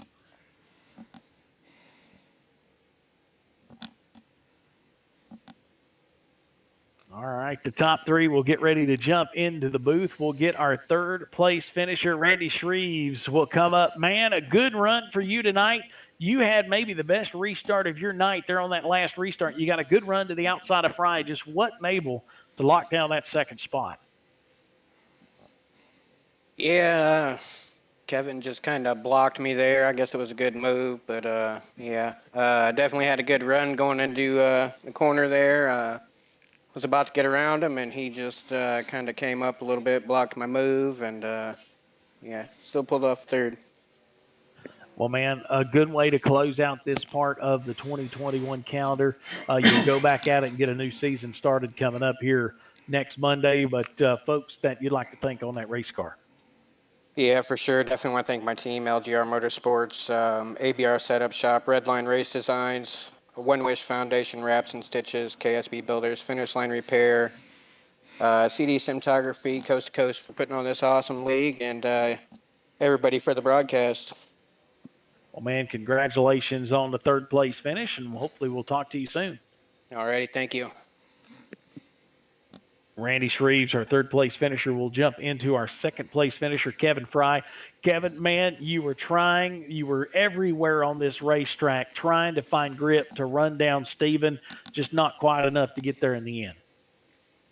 Yeah, I didn't think I had anything for Steven. He was pretty much gone. He was checked out. I tried everything, threw everything at him, and he did way better than I did. Well, man, coming off of the race you just was in previously, coming into this, talk about the racetrack. How was the racetrack different from the Rebels race to the Renegade race? It was more dry slick than the Rebels race.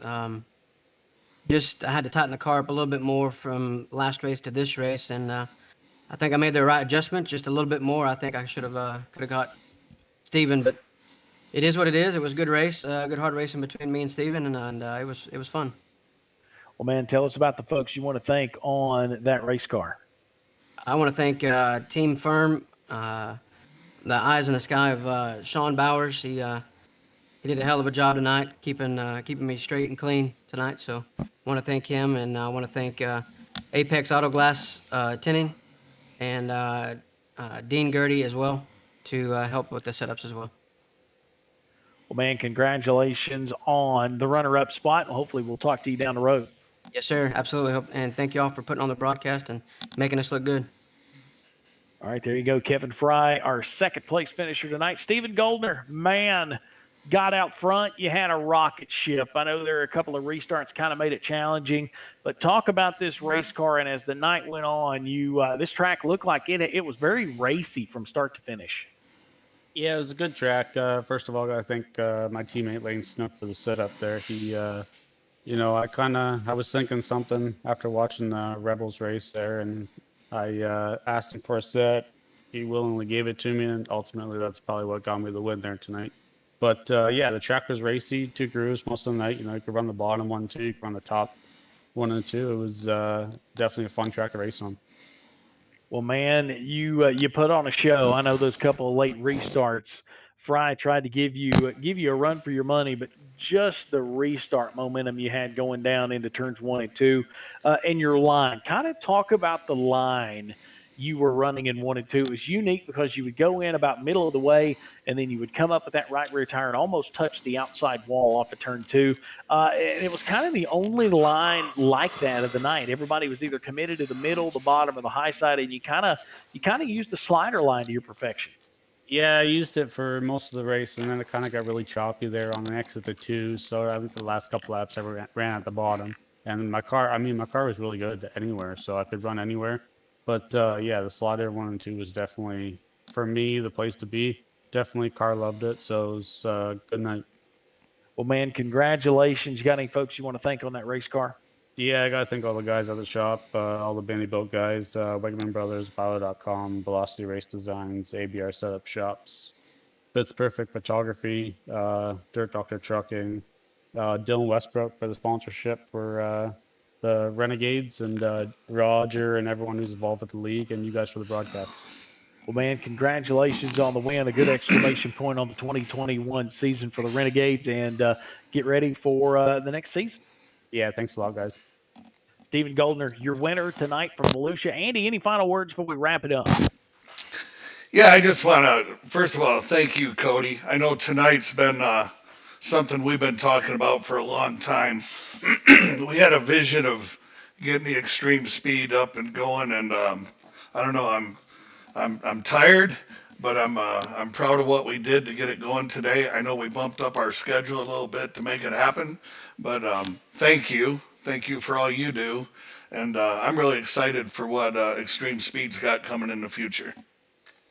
I agree. We got some fun stuff, and I want to say a big thank you to Roger for allowing us to be here tonight, allowing us to jump in and kind of give this thing a test run. And hopefully we did pretty good, being kind of put together real quick like to get through this first night. But I think we brought a pretty good racing night to the fans watching at home. You definitely did, guys. I'm totally elated. This was a little bit of an unknown, unseen. just went on faith. Andy Piercefield's involved. You know what's going to happen. You know what's going to be right. And for out of the box tonight, you guys killed it. And I know there will be continuous improvement. And I can't wait for opening night next Thursday night. It's going to be really, really awesome. So thanks a lot. Thanks for stepping up and doing this. It wouldn't have been right to not have a broadcast on our championship night of our Premier League. And just appreciate everything. I know you guys moved mountains to make this happen in your personal lives, and just trying to get this beast all put together. So kudos to you guys, and thanks again. And if that's the effort that we're seeing, which I know we will, I can't wait for what's coming down the pipe. Yeah, and the cool part, we got, I will get John to jump in there before we close up. Next Thursday night will be, me and John will be in the booth. That'll be our first night together, and I'm looking forward to it. So, John, what do you got to wrap up with tonight? Yeah, I'm excited about Thursday. No fire suit for me that night, and just get to sit back and call a race. And I think big things, not only from the broadcast perspective here from you guys, but the league as a general. What you guys got going over on Wednesday. This whole iRacing thing might end up going somewhere some point in time. You think? More than a few people might join up. I don't know. No, you've got Cody's already got the big names showing up for that icebreaker. So it's there's momentum, that's for sure. And I can't believe, John, you're not going to jump in that King of Dirt series that you guys will be broadcasting. I'm on the fence. I want to do the broadcast and just kind of concentrate on that. But you never know. There's super late models in there, and I've been itching to drive a super late model for a while again because I think those are actually better than the pros. So you probably will see me suit up probably a time or two in that series. Well, again, just on behalf of the league, the executive, everybody, I can't thank you guys enough for doing what you did tonight. You really, saved our next year. So. Really, I owe you all one. Well, we appreciate being a part of it, Roger. And I know Cody, I threw a little bit out there earlier, and there'll be more coming out tomorrow. But Josh Williams will be joining us at the Icebreaker. And tomorrow, Josh is going to be announcing his new ride for next year. He's got a new ride in the Xfinity Series, and he's going to be hooking up with BJ McLeod.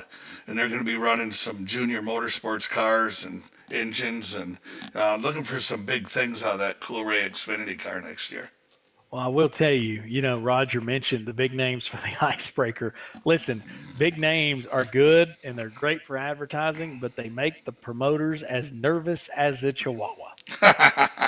Yeah, I hear you. Because everybody else has got to live up to those names.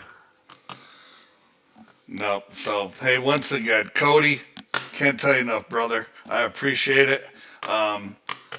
Anybody that's on here listening, we'll be doing a pre-race show at the Icebreaker. Kind of kicking that show off that night. We got a lot of things in the works. And we just appreciate all the support we get from Coast to Coast. Yes.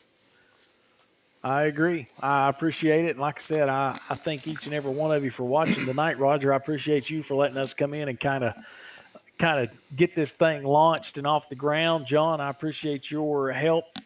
Adam was a part of this as well. I think we got a really good taste of what he's going to bring to this network.